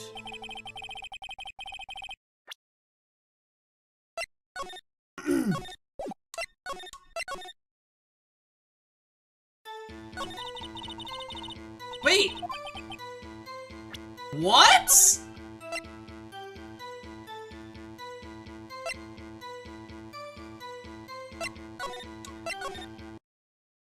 I'm sorry, did we not save?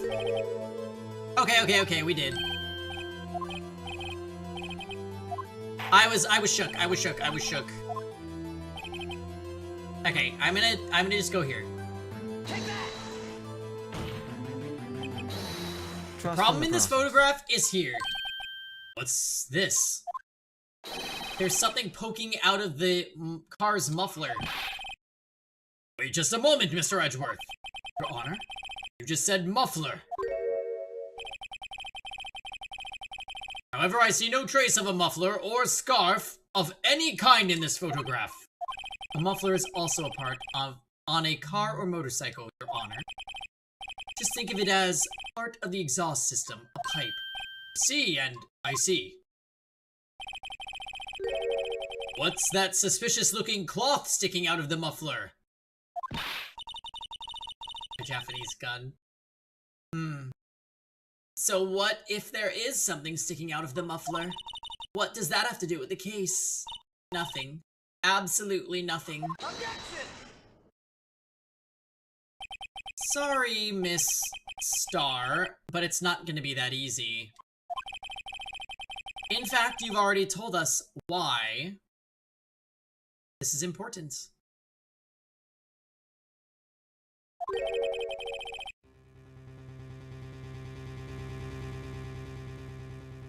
You said as much in your testimony. Oh, it's a Japanese pun! I read that as gun, Phil. Muffura can mean scarf or muffler. Yeah, they were describing, like, her scarf as a muffler, and I thought that was strange. What? Let's hear what Mr. Wright has on his mind. Tell us why you think this piece of cloth in the muffler is related to the case. The phone call, right?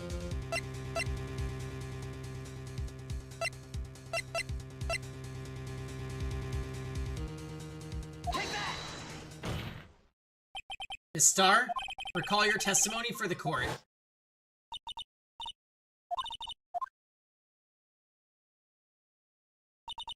Muffler.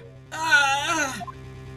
Could it be that the muffler you heard mentioned was actually this exhaust pipe?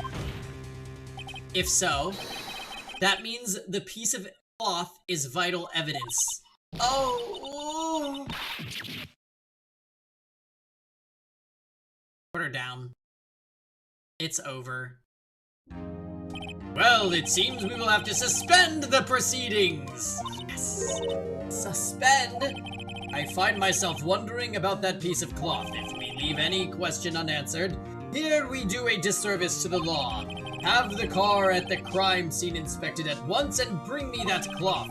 The verdict will wait until after we've seen all the evidence. Agreed? I suppose so. Whew, that was close. But we made it, at least for now. This court will adjourn for a 30-minute recess. It's lunchtime after all. Still hungry? Hey! I lied, Lamau. Yeah, this witness is extremely insane.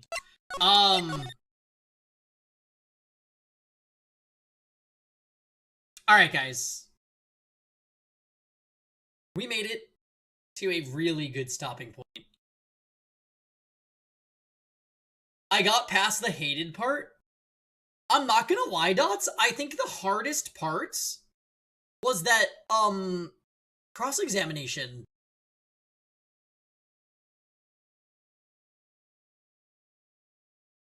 Like, the knife wasn't very intuitive.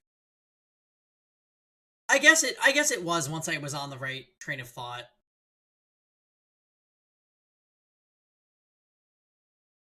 The cross-examination. Wait, was that the one that they hate? It was tough, I'm not gonna lie. It was tough to realize at first, but after I realized it, I was like, oh, I guess that does kind of track. Like, if it was premeditated, why wouldn't you bring your own weapon? Like, why would you just use what was there? Kind of thing.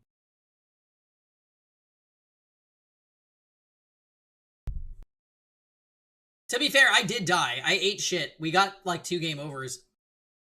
So it's... that speaks for itself.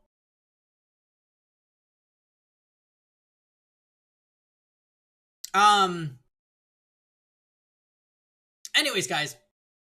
That's an 8-hour stream. I think I'm gonna wrap it up there. Nocturne, I might still do later, but probably not on stream. I think I'm just gonna get out of here for the night. But we will be back tomorrow, with Trails of Cold Steel 3 and more Ace Attorney. So please look forward to it. Love you all. Have a good night.